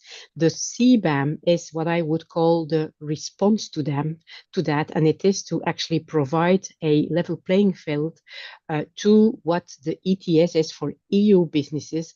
The CBAM is what companies that want to trade with Europe and want to import products within Europe, that they would eventually come under the same requirements as far as greenhouse gas emission as European companies, or so it is to avoid EU businesses relocating production or obtaining imports from third countries that have lower standards to start with, especially as far as greenhouse gas emissions. So it's what they call to have no carbon leakage. So there are, of course, as all those things, it's quite a complicated matter. There are two first main parts to it. Until the end of 2025, there is the whole reporting mechanism that needs to be set up. It's basically for those companies that want to continue to import and trade with Europe, that they demonstrate, what is their greenhouse gas emissions. As from 2026, the aim is that if they have not lowered their emission to a acceptable level, that then they will have to call, certificates. They will have to pay. So that there is some offset that can take place. Now, this is a European Union initiative, but as from 2027, the UK will have a CBAM. It's not necessarily the same words, but the content, the requirements are very, very, very similar. So Europe might have been first with this, but it is not the only one that actually will have such an approach. And if you really, those things have no borders, as we say. So if you want to have a transition worldwide, this type of approach makes sense, because otherwise you just replace the problem to somewhere else rather than to solve it. So that is the idea behind this. For the CBAM, it's challenges for sure. It's complicated. We believe that a lot of companies are currently trying to get to grips. What does that mean for us? Normally it's the importer, so the responsibility is for the European companies to take care of this. We understand that many of them, they work with specialized agents, like you work with a customs agency for that, and so they try to sort out the paperwork. What obviously everybody hopes is that this is used to actually lower greenhouse gas emissions, rather than to say, well, we just go through the paperwork and whatever we have to pay, we pay. But it is a little bit too early to really talk about what in practice the real challenges will be, because companies are still going through that. The opportunities, definitely the main opportunity is to lower greenhouse gas emissions. That is the main objective and opportunity that we have here. Yeah, and that kind of addresses a point that Lynn Johansson has actually made. She's been very active today, I have to say. Thank you, Lynn. Because she talks about the gap between what the urgency that the climate scientists are telling us and the actual change that we're seeing at the moment. And how do we close the gap? And how do we, put some real urgency behind it? So, I mean, these, tools and instruments that have been developed are fine, but if all that does is just basically say, I pay to pollute, I'm okay, well, that doesn't get the world to where we need to be. So that sense of changing behaviors and the mindset that that Inyani talked about are very important. We can get very lost in our sort of world of reporting, but we have to understand it's there for a purpose, and the purpose is to make a sizable, meaningful difference to the impact that climate change is having across the world. Hilda, there's a question from MJ, sort of, who would like to know your opinion about the idea of equivalence between ISSB plus GRI and ESRS. Good. That's the $1 million question, I would say. Now, you can have opinions and then you can have reality. And so what Neil talked about, I think that is a vision that, we would like to see. But I think Neil also pointed out that's not where we will get immediately. Because if we look at what we have in reality, as we already talked about, in Europe, we have those ESRSs. We do not have the ISSB standards as S1 and S2 that have been adopted. Now, for European Union companies, we do not immediately expect that there would be a move to the global baseline of S1 and S2, but what we very much are focusing on now, and where the discussions are still open and where there is an opportunity, is when we look at non-EU companies, you know, those with subsidiaries in Europe that have a certain turnover. And there, indeed, there is a possibility that Europe would set its own standard, European standards for the non-EU companies, or that there is this alternative of equivalence. There are two basic requirements indeed for this equivalence. It is that the approach is a double materiality approach. So if you look at ISSB standards S1 and S2, they would not suffice for a basis for equivalence. You need to add something else, and GRI, that is based on double materiality assessment, is your best choice to basically amalgamate. Now, there is in the CSRD, there is a list of topics that says that these topics need to be addressed before a standard or a group of standards or a combination of standards can be considered to be equivalent. When you put those two together, you get very close, but depending on the company's circumstances, there might still be a few of those 12 ESRSs that you might need to add, but the basis is there. Now, as far as equivalence, that is something which in European law is embedded as to how you look at this. And unfortunately, what based on our discussions with the Commission has become very clear, a company that says, I use S1, S2 and GRI, so that makes me have equivalent sustainability reporting, is not enough. What would be enough is that between the European Union and the jurisdiction where that company is, that there have been discussions and that this jurisdiction actually has transposed or adopted S1, S2 and GRI, and that with the EU, they have agreed on, you know, considering that to be equivalent. So there is this legal requirement that or the standards that are required in the jurisdiction outside of Europe, and there needs to be that agreement with the Commission. This is considered to be equivalent.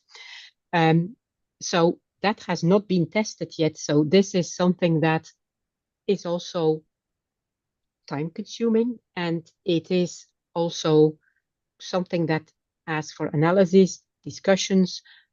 So there might be, you know, consideration of details that might still not get you to the full equivalence approach, as it has not yet been tested. When we discuss with the Commission, they are not having made any decision right now on what way they want to go, own standards or equivalence. They have, for the moment, both options open. As in more than half of the world in 2024, we have European elections next month. We will have new EU leadership in a few months, let's say in October of this year. These questions will come back then, and it will be with the next EU leadership that these questions will be discussed and hopefully resolved. So I would say the possibility for equivalence is still there.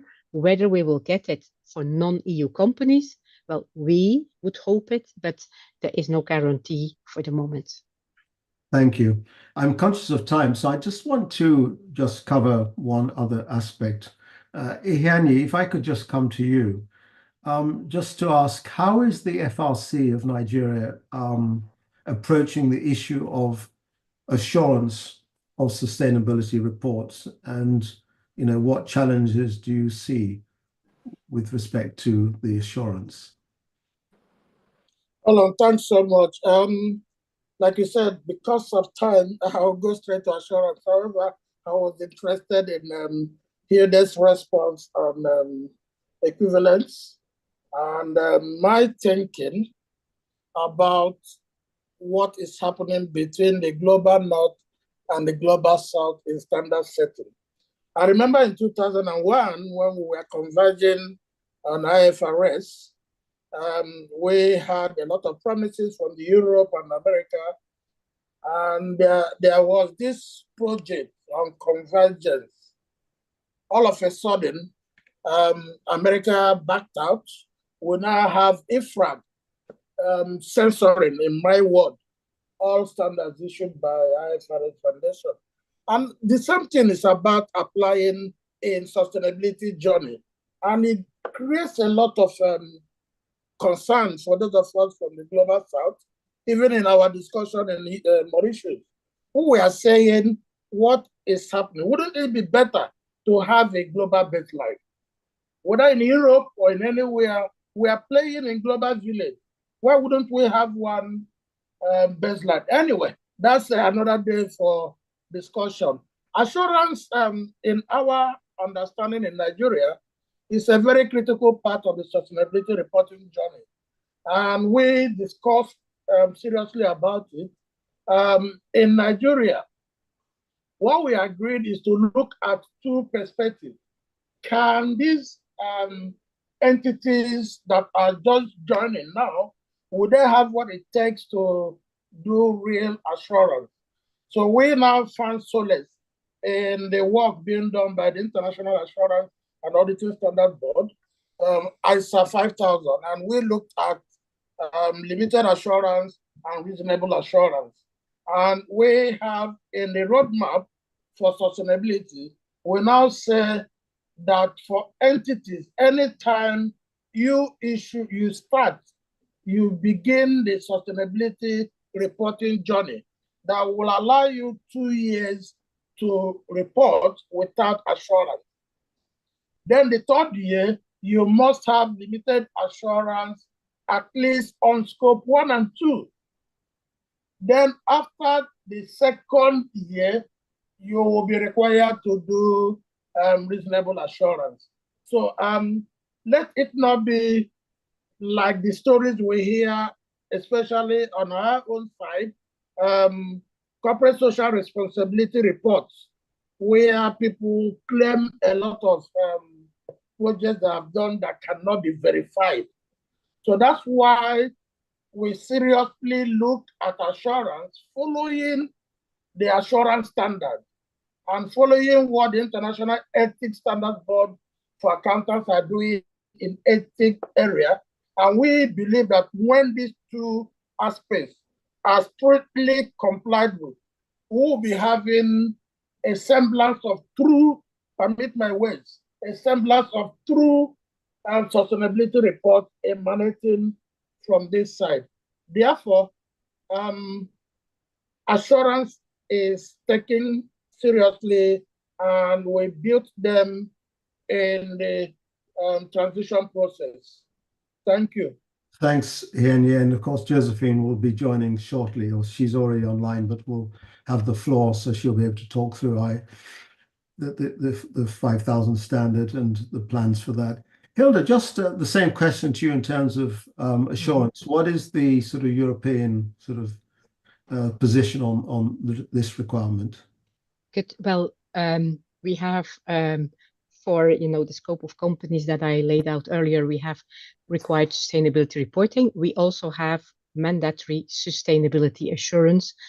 We start with limited assurance as from 2024. Whether there will ever be a move to reasonable assurance is not yet determined. By 2028, the European Commission has to look at this, make an impact assessment, and then see whether at that time they want to move to reasonable assurance. But it has always been said that is the ultimate aim to get to. As far as standards then, the picture looks a bit rosier, I would say.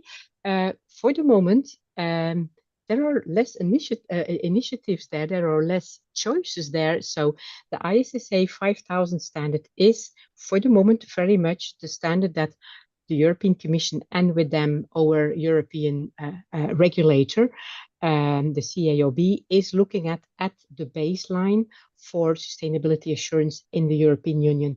There is no final decision on this, but that is currently what is being used as the basis to prepare guidance, to do a technical analysis for an adoption of a limited assurance standard by October 2026. So there is actually a good chance that there will be really a global baseline there, at least from the point of view of Europe. So we are actually quite happy about this development and how those discussions are going for the moment.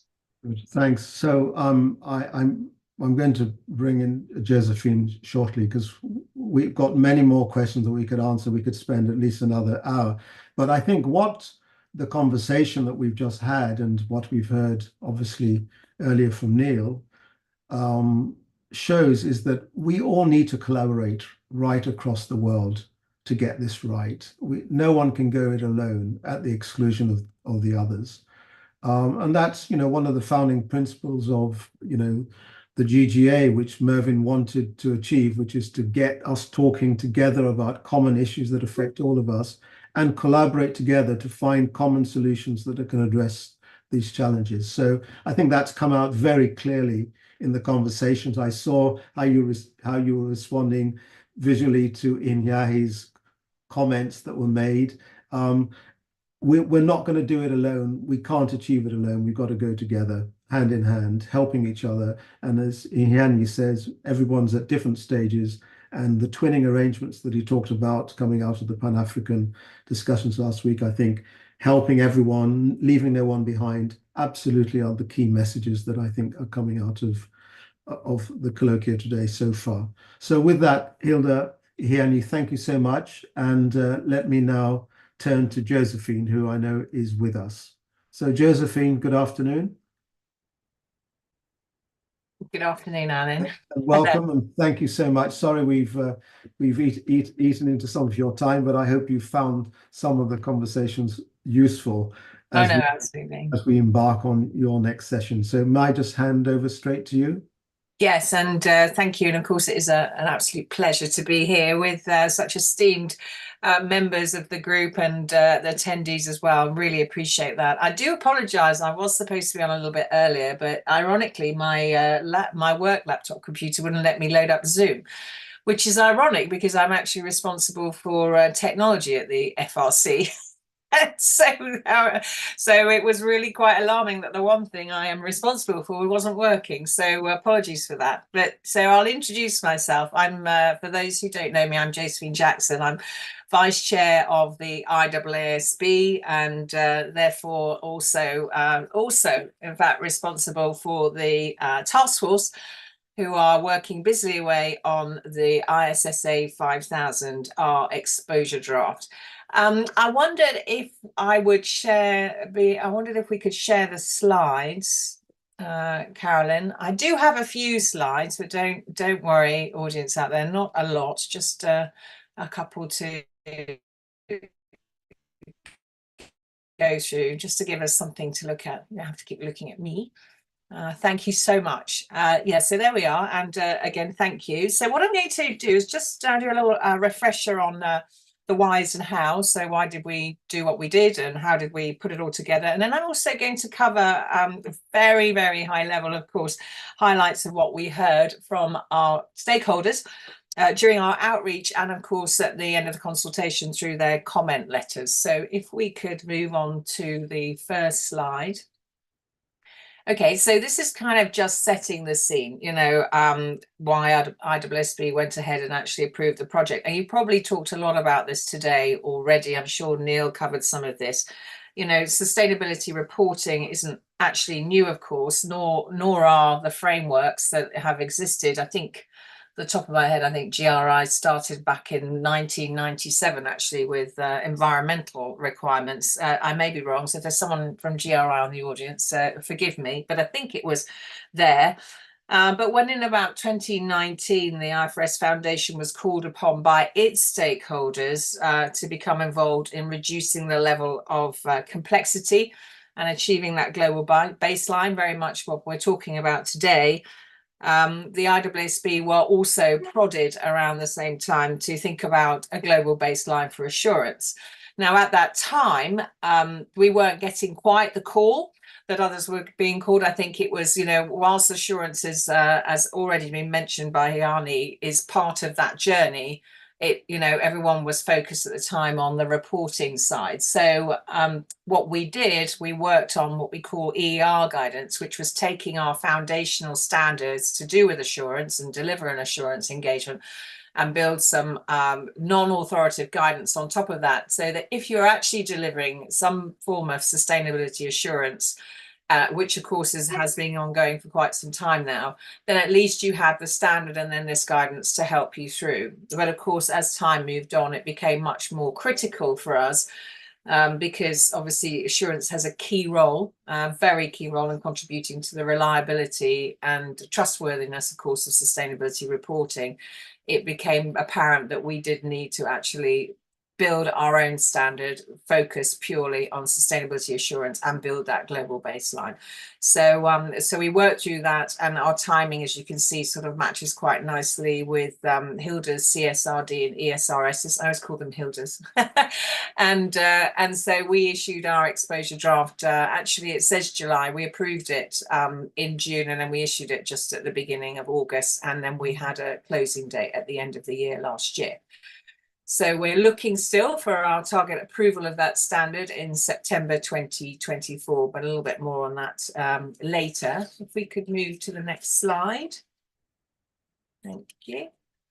Right, so this is, what is it? Well, it is actually an overarching standard. It's principles-based with application material, but it is suitable for all engagements of all sustainability information, and that can mean for any type of sustainability topics, all information disclosed about those topics, any mechanism for reporting. In some jurisdictions the sustainability information will be in the traditional annual report, and others it will be outside. It doesn't matter where it is, it doesn't matter if it's incorporated by reference. The standard is covering all of that. All reporting standards. So I already mentioned GRI, we've been talking about ISSB, we're talking about ESRSs. It doesn't matter what we call the framework criteria is, the standard still applies. And of course, all users and stakeholders. And that will often be directed by the financial reporting, I can't help myself, by the sustainability reporting framework, but also, the public and the public interests at large. Hilda was just talking about the fact that, and Aniani was also talking about the fact that, this is a journey. And whilst we know that there is plenty of assurance already being undertaken on sustainability information, a lot of that is non-mandatory, it's voluntary. But as we're moving into mandatory regimes, and in fact, Japan have also recently announced that they'll be moving into a mandatory assurance regime, the starting point is limited assurance. And so we wanted to make sure that the standard addressed that starting point, limited assurance, and then also reasonable assurance, because that's the journey, that's the transition. And in fact, in CSRD, there is a nice little quote there that says, which talks about this journey and thinks about when we're thinking about reasonable assurance, we're thinking about it in the same way we're thinking about an audit of financial statements. It's that kind of level that we're looking at. So clearly there's a journey, and though the standard addresses both of those aspects. It's a standalone standard, so you don't have to apply other standards. All our assurance standards tend to home back to ISA 3000. That's like a foundation standard, but this one, it works all by itself. And naturally, as with all our assurance standards, it is actually profession agnostic. You don't need to be an accountant. However, critical to that point about trust I was talking about early, you do need to make sure that whoever is performing this standard does adhere to ethical requirements and quality management requirements.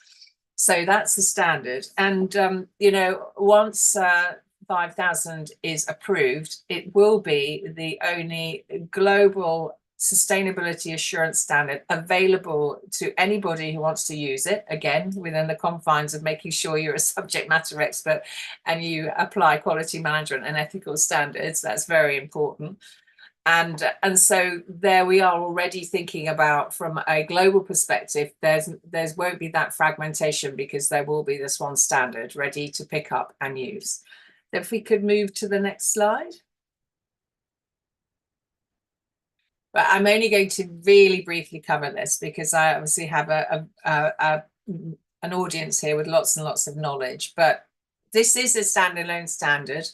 But 3,000, it was, I think it's 10 years ago when we approved 3,000. So that's, you know, it's getting on a little bit now. And 3410 is around the same time, maybe a bit later.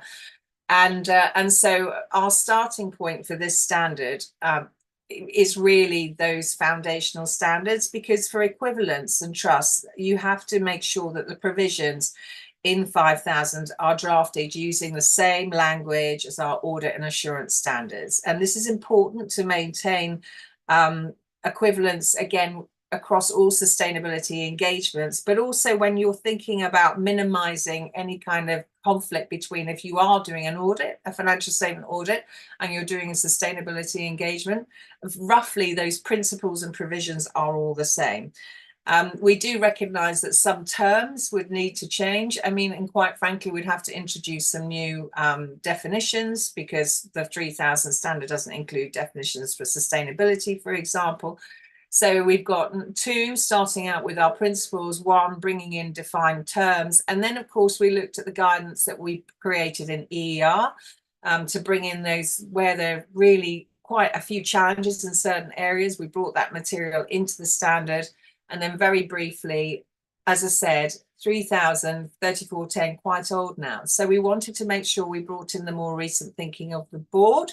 So we had to consider the auditing standards from that perspective. So we have brought in some principles, or we've adjusted some principles to take account of the more recent thinking of the board. And then, of course, addressing any other priority areas. So that's ultimately, that should give the audience comfort that we've not done something radically different here. This sits on the same foundation as all our assurance standard under that assurance framework, and it has been updated to take account of the more recent board thinking. So if we could move to the next slide, please. Thank you. Okay, so the very exciting thing is, who did we hear from? We heard from 143 of our stakeholders in formal letters. Actually, it was 146 in the end, and 3 came in late. So they're not on the official board, but we definitely have taken those letters into account in coming to some of our considerations and conclusions. And we also did an extreme amount of outreach, as some of you would have been involved in that as well. So we did that from August all the way through to the end of the year last year. And Tom and me and others sort of spread the love, as it were, and so that we would make sure we covered the globe. I basically did Australasia, and Tom did a lot of the Americas and Europe. So we really did cover off geographically our stakeholder groups from our outreach. And also, as you can see here, in terms of our response letters, we actually got a really good spread across the geographies and across our stakeholder type.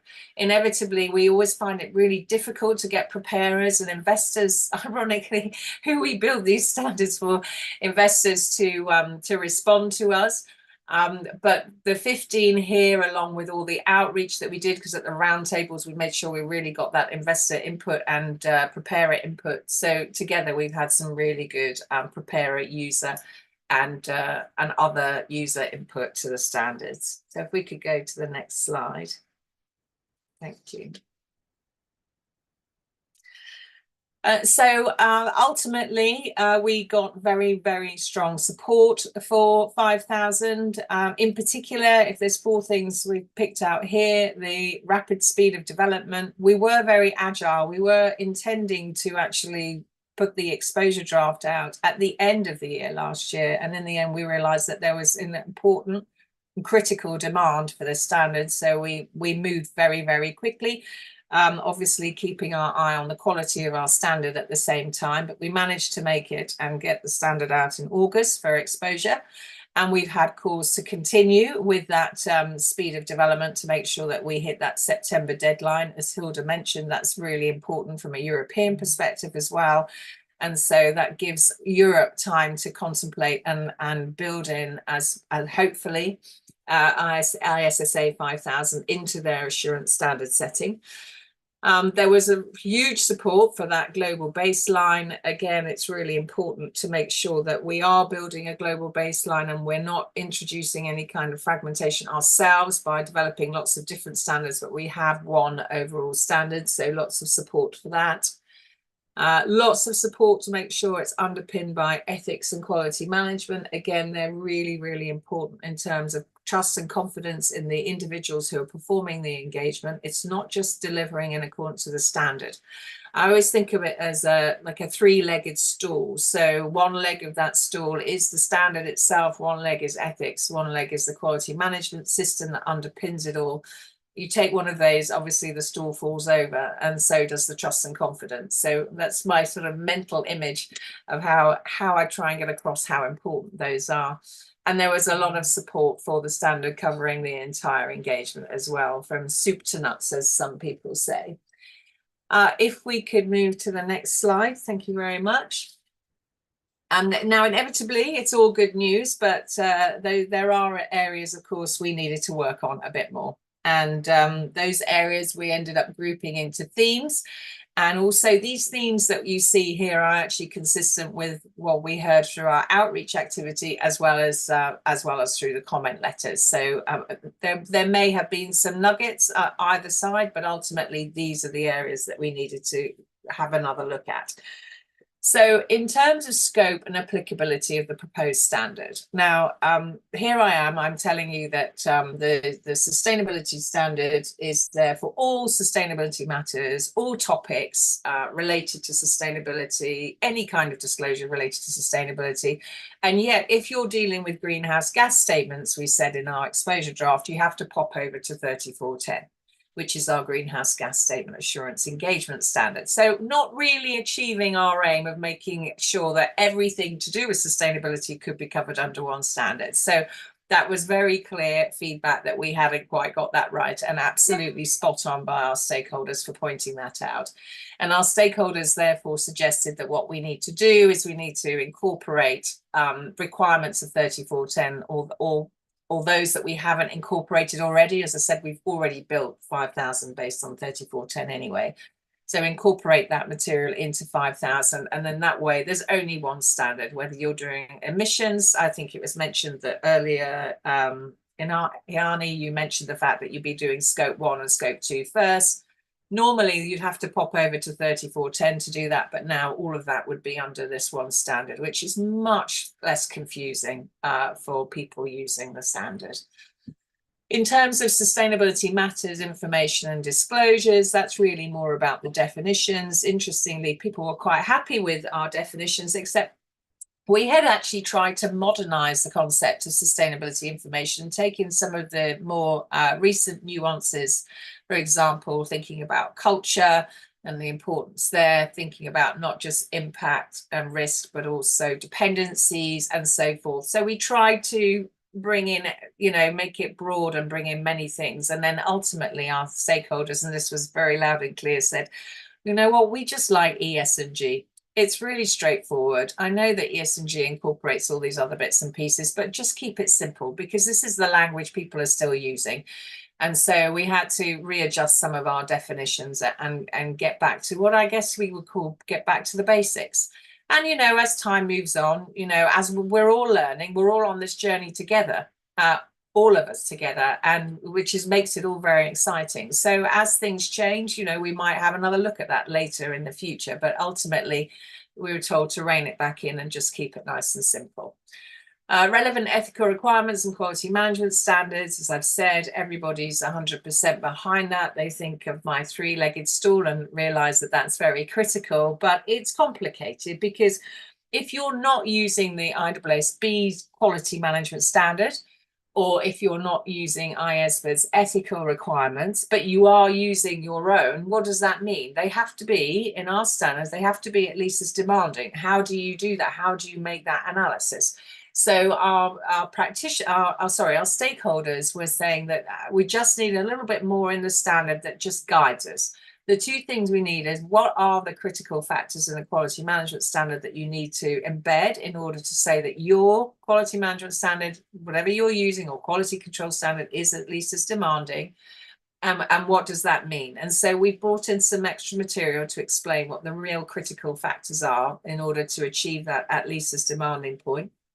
And the other piece that we were asked to acknowledge is that ultimately it's down to local standard setters or your local authority, like the FRC in the UK or the FIC in Nigeria or wherever that might be. It's up to them to determine what is at least demanding if they have not adopted those standards themselves. And then, of course, when you think about the fact that this is practitioner agnostic, so a lot of those practitioners out there will apply ISO 17029. I think that's pretty, yes, I'm pretty sure it's 17029. So that's like a quality and ethics standard. So, you know, is it equivalent or not? So there's an exercise actually going on to work through this and make that analysis. But it's really important, at least in our standard, we give some kind of guardrails as to what that means. Materiality, everybody's favorite topic, of course, maybe not for those in the audience, but it generally was, and any kind of outreach that we did. A few strands here. First, materiality from the preparer's perspective. So the entity's process, or the process that, let's say, management goes through to determine what topics are material topics and therefore should be reported to their users, is an implicit aspect of the assurance practitioner's evaluation when they're performing an engagement, but it's not explicit. It's not explicit in the exposure draft.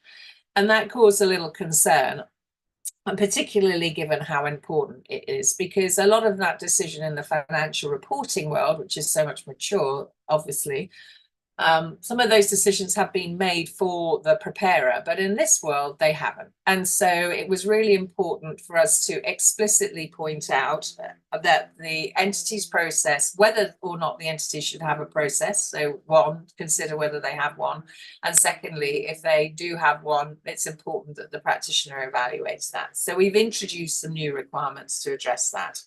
And that also deals with some concerns that we heard from our European colleagues, where they're worried that if you go through a process, what if it's not complete? What if you've missed a material topic and as a preparer, and you feel like you've done everything you should have done, you've got the right stakeholder engagement to work out what those material topics are, but there could still be something you've missed. And so that completeness issue needs to also be considered not only by the preparer, but also the practitioner. So we've introduced some guidance for the practitioner to think about that. Hilda mentioned the wonderful double materiality. Double materiality exists in a couple of frameworks. It's very important, but we did not recognize it explicitly in our standard because it's not a it's a reporting requirement as opposed to an assurance requirement.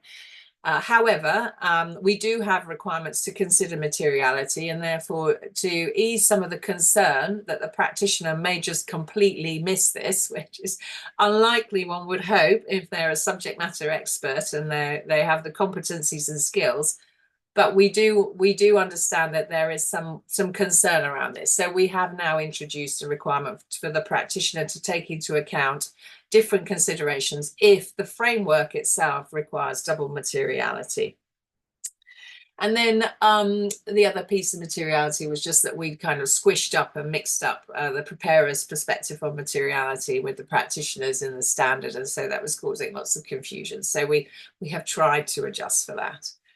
A couple of other points, the engagement team using the work of others and group engagements. Group engagements, we really wanted to make this principles-based. It's a global baseline. We recognize that in time, there will be a need to maybe develop more performance-based standards. So we might, materiality, for example, we might have to develop ISSA 5001 on materiality because of the complexities and the additional requirements needed.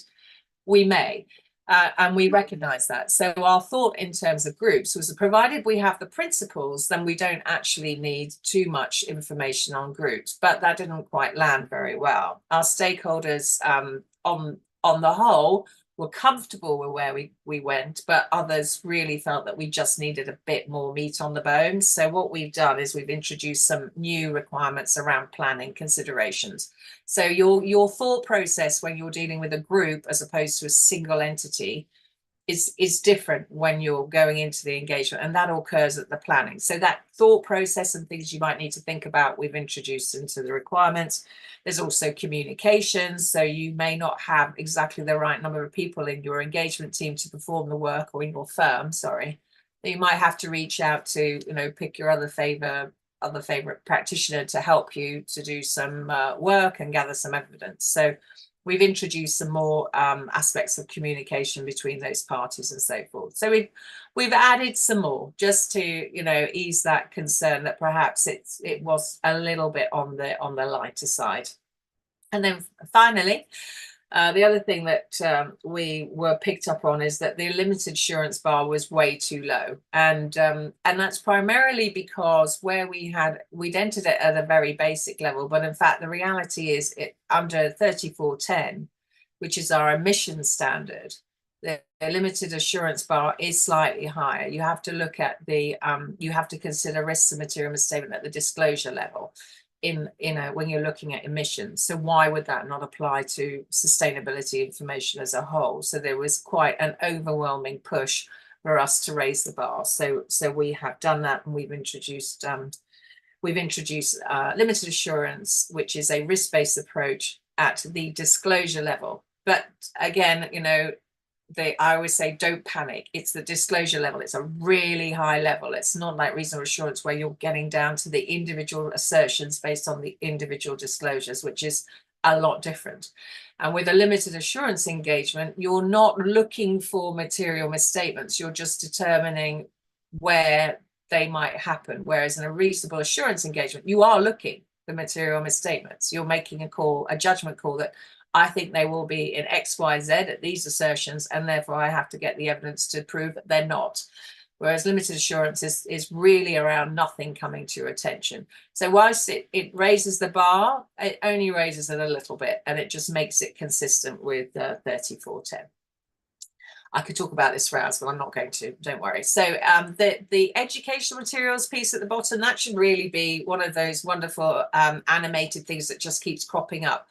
I've given you these themes and these ideas, but ultimately at the end of the day, we heard very, very positive things about the standard and just calls for guidance, more guidance, please. This is a whole new area.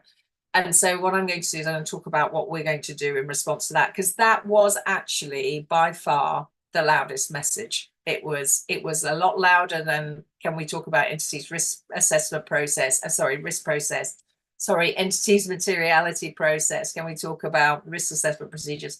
By far the loudest noise here was, we want educational material.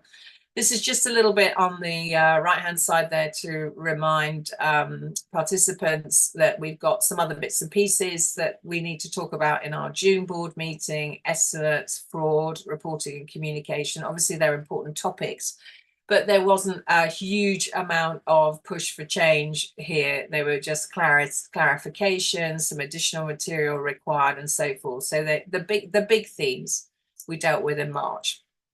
So if we could move to the next slide.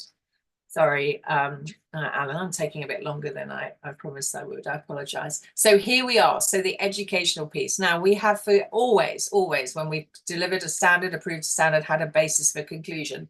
And it gives you a story about what the board were thinking and what were the key things they wanted to cover when they developed the project proposal, how they dealt with that, some of the key things they heard on exposure, how they dealt with that. And that's the basis for conclusion. So it helps you understand the journey of the standard. We all get, but usually we also, more recent history, have produced first-time implementation guides.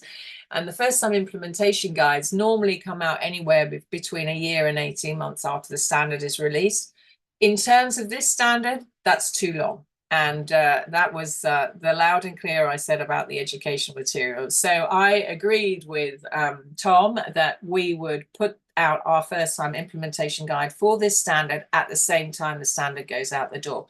So you'll have three pieces all at once: the basis for conclusions, first time implementation guide, and the actual standard, as well as already we've done an FAQ on materiality. And then what we'll do is we will then start to develop other non-authoritative guidance as we start getting feedback at some of the areas that people want a little bit more on. Can you give us a little bit more on, I don't know, the risk assessment and so forth? And then the other thing we want to focus on is non-authoritative guidance on quality management. We did a first-time implementation guide on quality management standards. But what we thought might be useful for non-accounting practitioners who may, some have adopted, but majority haven't, give them if you're performing sustainability assurance, what does a quality management system look like to you in that environment. So we're going to build some guidance on that. And then if we can move to the next piece, next slide, please.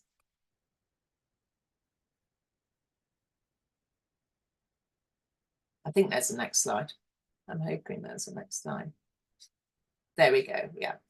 So an important thing is that, you know, I'm sort of sitting here and chatting to you about, you know, a technical standard here, but I think 5,000 essentially isn't just a technical exercise. Yes, of course, assurance standards have a lot of technicalities.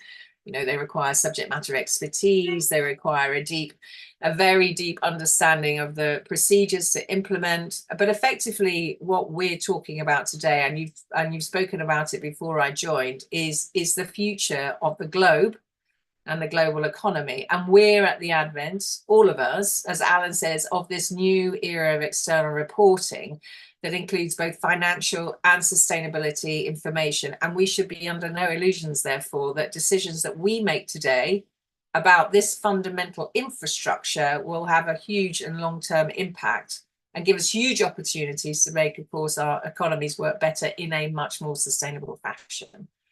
So if we make choices today that are not in the broad public interest, then we will have a really hard time reversing those in the future.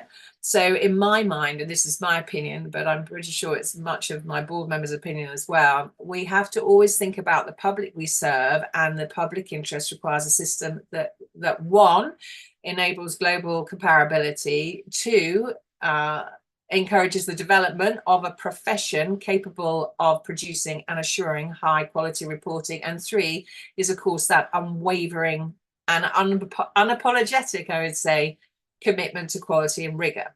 So this is an ambitious project to develop this globally accepted standard by September. So this is why it's so critically important we have this ongoing engagement. For exactly those reasons, we have to really make sure we stick to those three priorities and make sure we do commit to quality and rigor. So it's not just as simple as us taking those comment letters and off we go and have our interactions with the board. We're consistently and continually talking and doing this outreach before, as we move to September. And yes, so as I said before, we're still, as I say, looking for a September deadline, fingers crossed. And if we can move to the next slide, I believe we are in conclusion. Yes. So Carolyn, Alan, any questions? And thank you, everybody, for taking the time to listen to me today. Thank you very much, Josephine. It's very, very insightful, and it's great to see the updates. So when Tom last spoke at our previous colloquium, it was all in the early days before you'd even published the exposure draft. And now here we see the results. So thank you very much for this update.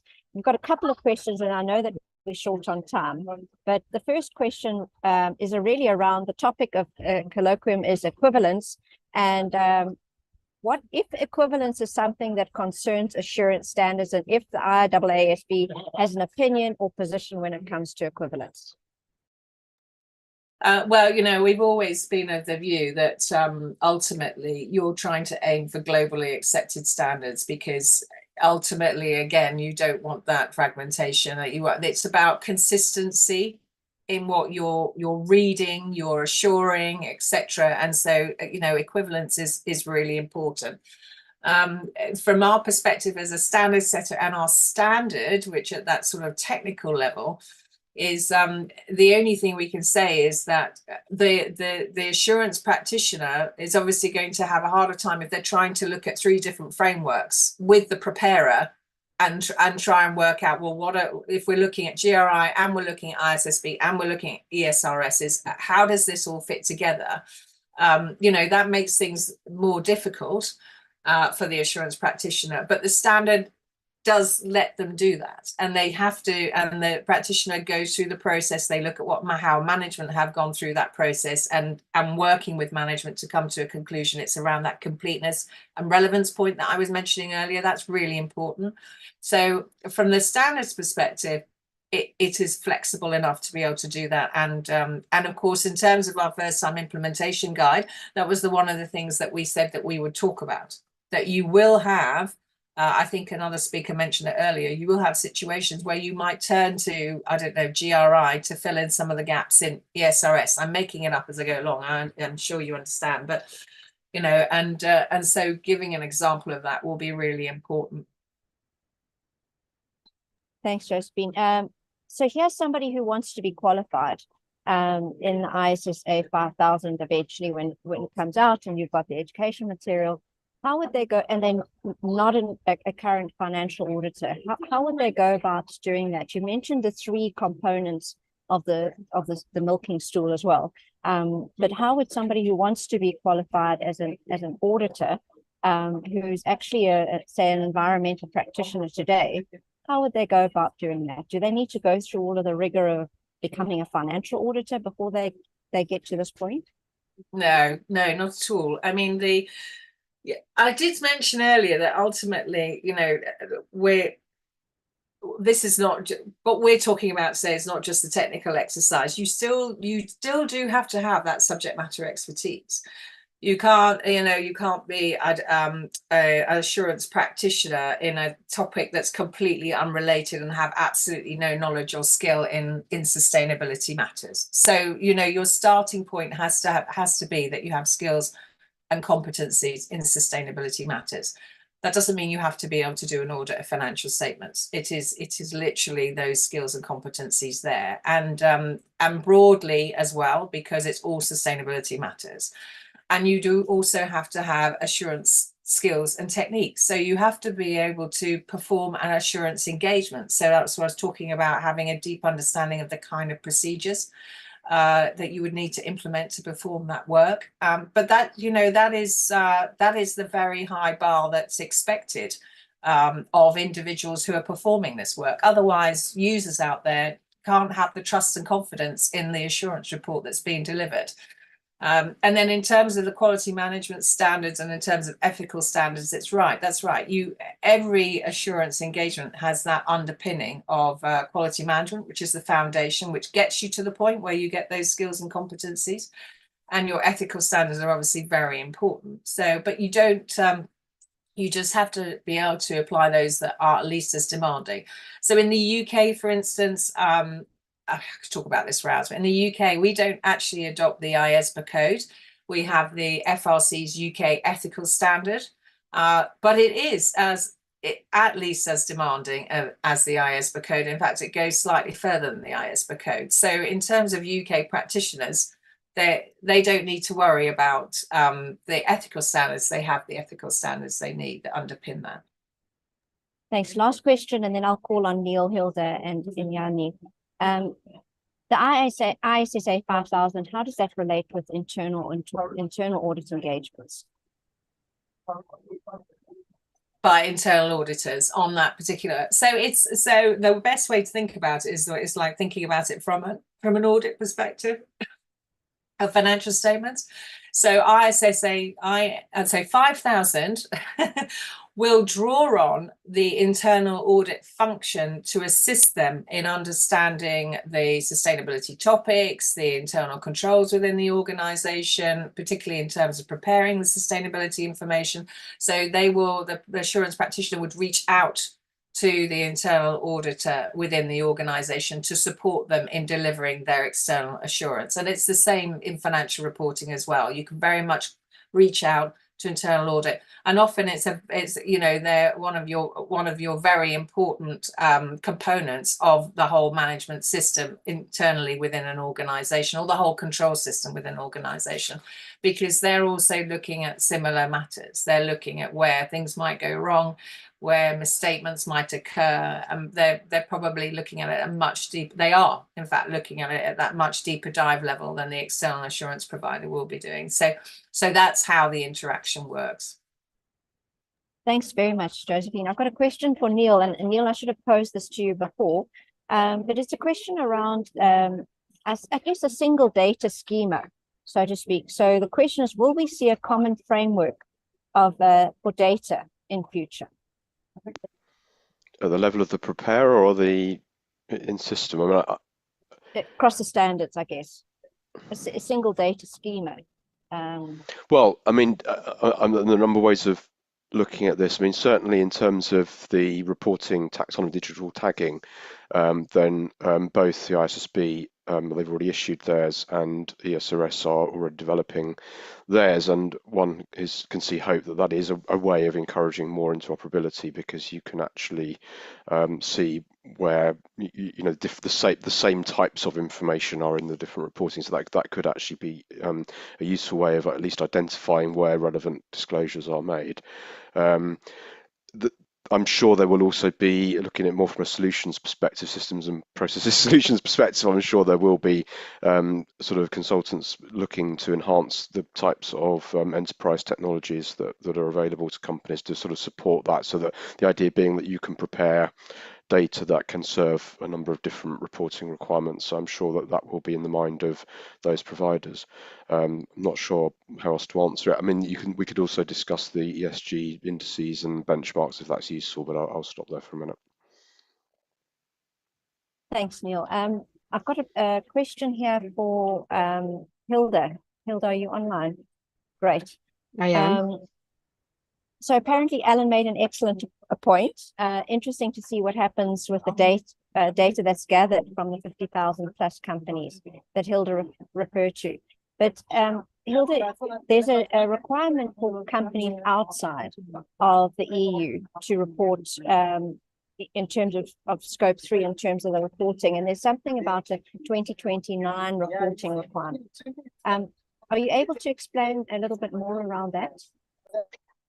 So indeed, so non-EU companies will have sustainability reporting requirements if they have a branch or a subsidiary in the European Union that has more than 40 million euros of turnover.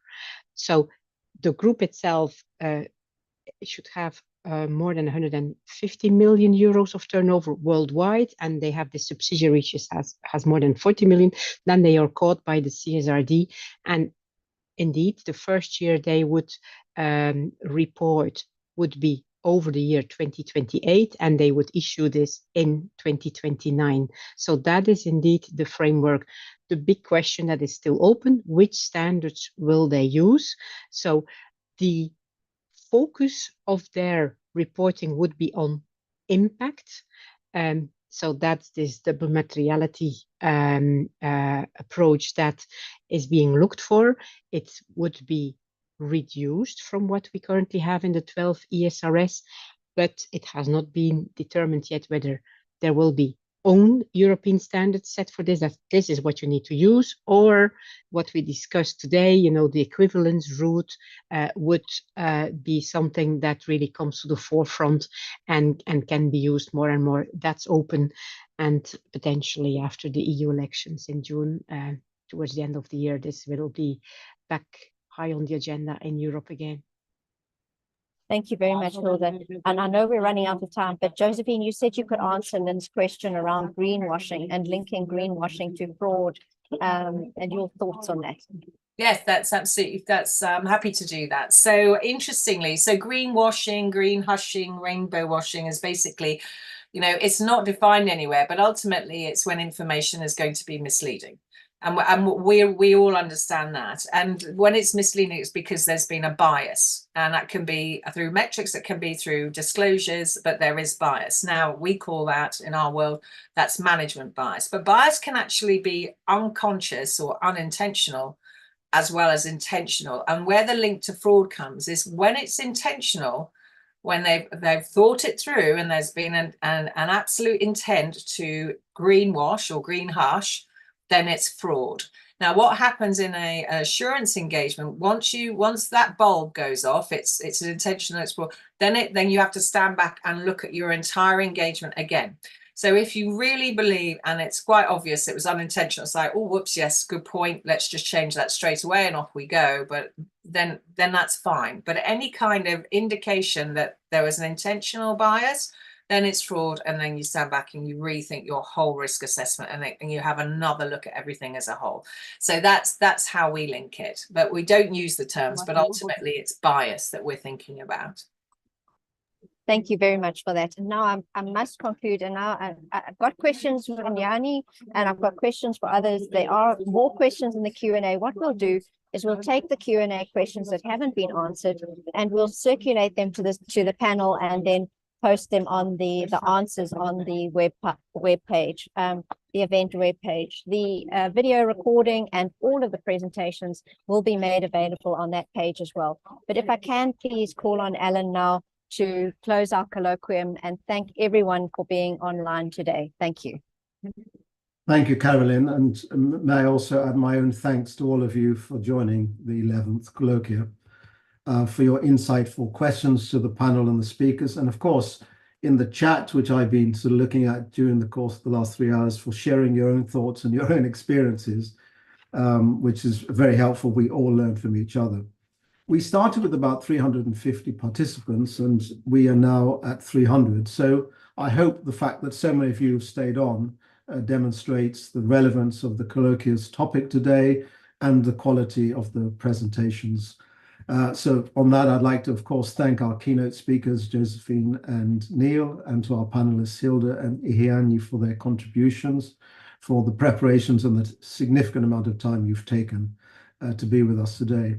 Of course, I must recognize the tremendous effort of and the work of Carolyn Chalmers, the CEO of the GGA, her tireless work over many years, leading the GGA with limited resources, I have to say, and the significant impact that this is having right across the world. So thank you so much, Carolyn. But of course, none of this would have been possible without the vision and the passion of our patron, Professor Mervyn King, who established the GGA and started the colloquia 5 years ago. Mervyn, you've provided significant thought leadership across the world on very important and relevant issues, on governance, on behavior, on ethics, in business, and of course in the public sector as well. And I, for one, like many sitting around this colloquia today, have been inspired by your passion, your unwavering commitment. And this, you know, I have to say, helps me hold myself to the highest standards of ethical behavior and try as best as I can to discharge my own responsibilities, both as an executive in the past and as a non-executive director today. So Mervyn, thank you very much. So today we focused on the future of sustainability reporting, on standards convergence and assurance. But as has come out of the conversation today, it is not just about the reporting. It's much more about the tangible actions that we all need to take to ensure that sustainable businesses lead to a sustainable planet.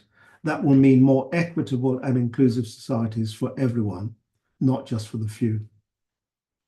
We all clearly need to enhance our commitment to sustainability, both the actions, the reporting, and the independent assurance that we've talked about, using, of course, appropriate international standards, supplemented by necessary regional and local add-ons. So I hope that the impact of the colloquium will continue to shape the future of our society. And we all know that we get the best outcomes when knowledge is shared in diverse settings and where there is broad representation from society. So as I said, we started with 350 participants representing more than 30 countries from across the world, you know, Australia, Sudan, India, South Africa, Egypt, Denmark, Japan, Zimbabwe, Malaysia, Botswana, Singapore, Qatar, Canada, Netherlands, Lithuania, Rwanda, and I can go on. Lots and lots of very important countries that are facing significant challenges from the impact of climate change, sitting around the table to listen to each other and learn from each other. That is so powerful if we're going to make an impact and a difference. So thank you again for being here today. I look forward to seeing you all at the 12th colloquium in November. For now, all I can say is please stay connected with the GGA. Do what you can to continue to support us, follow what we do and contribute to what we do, because none of us individually has all of the answers, but collectively we certainly do. And together we can certainly make a difference. So thank you very much and have a good rest of the day.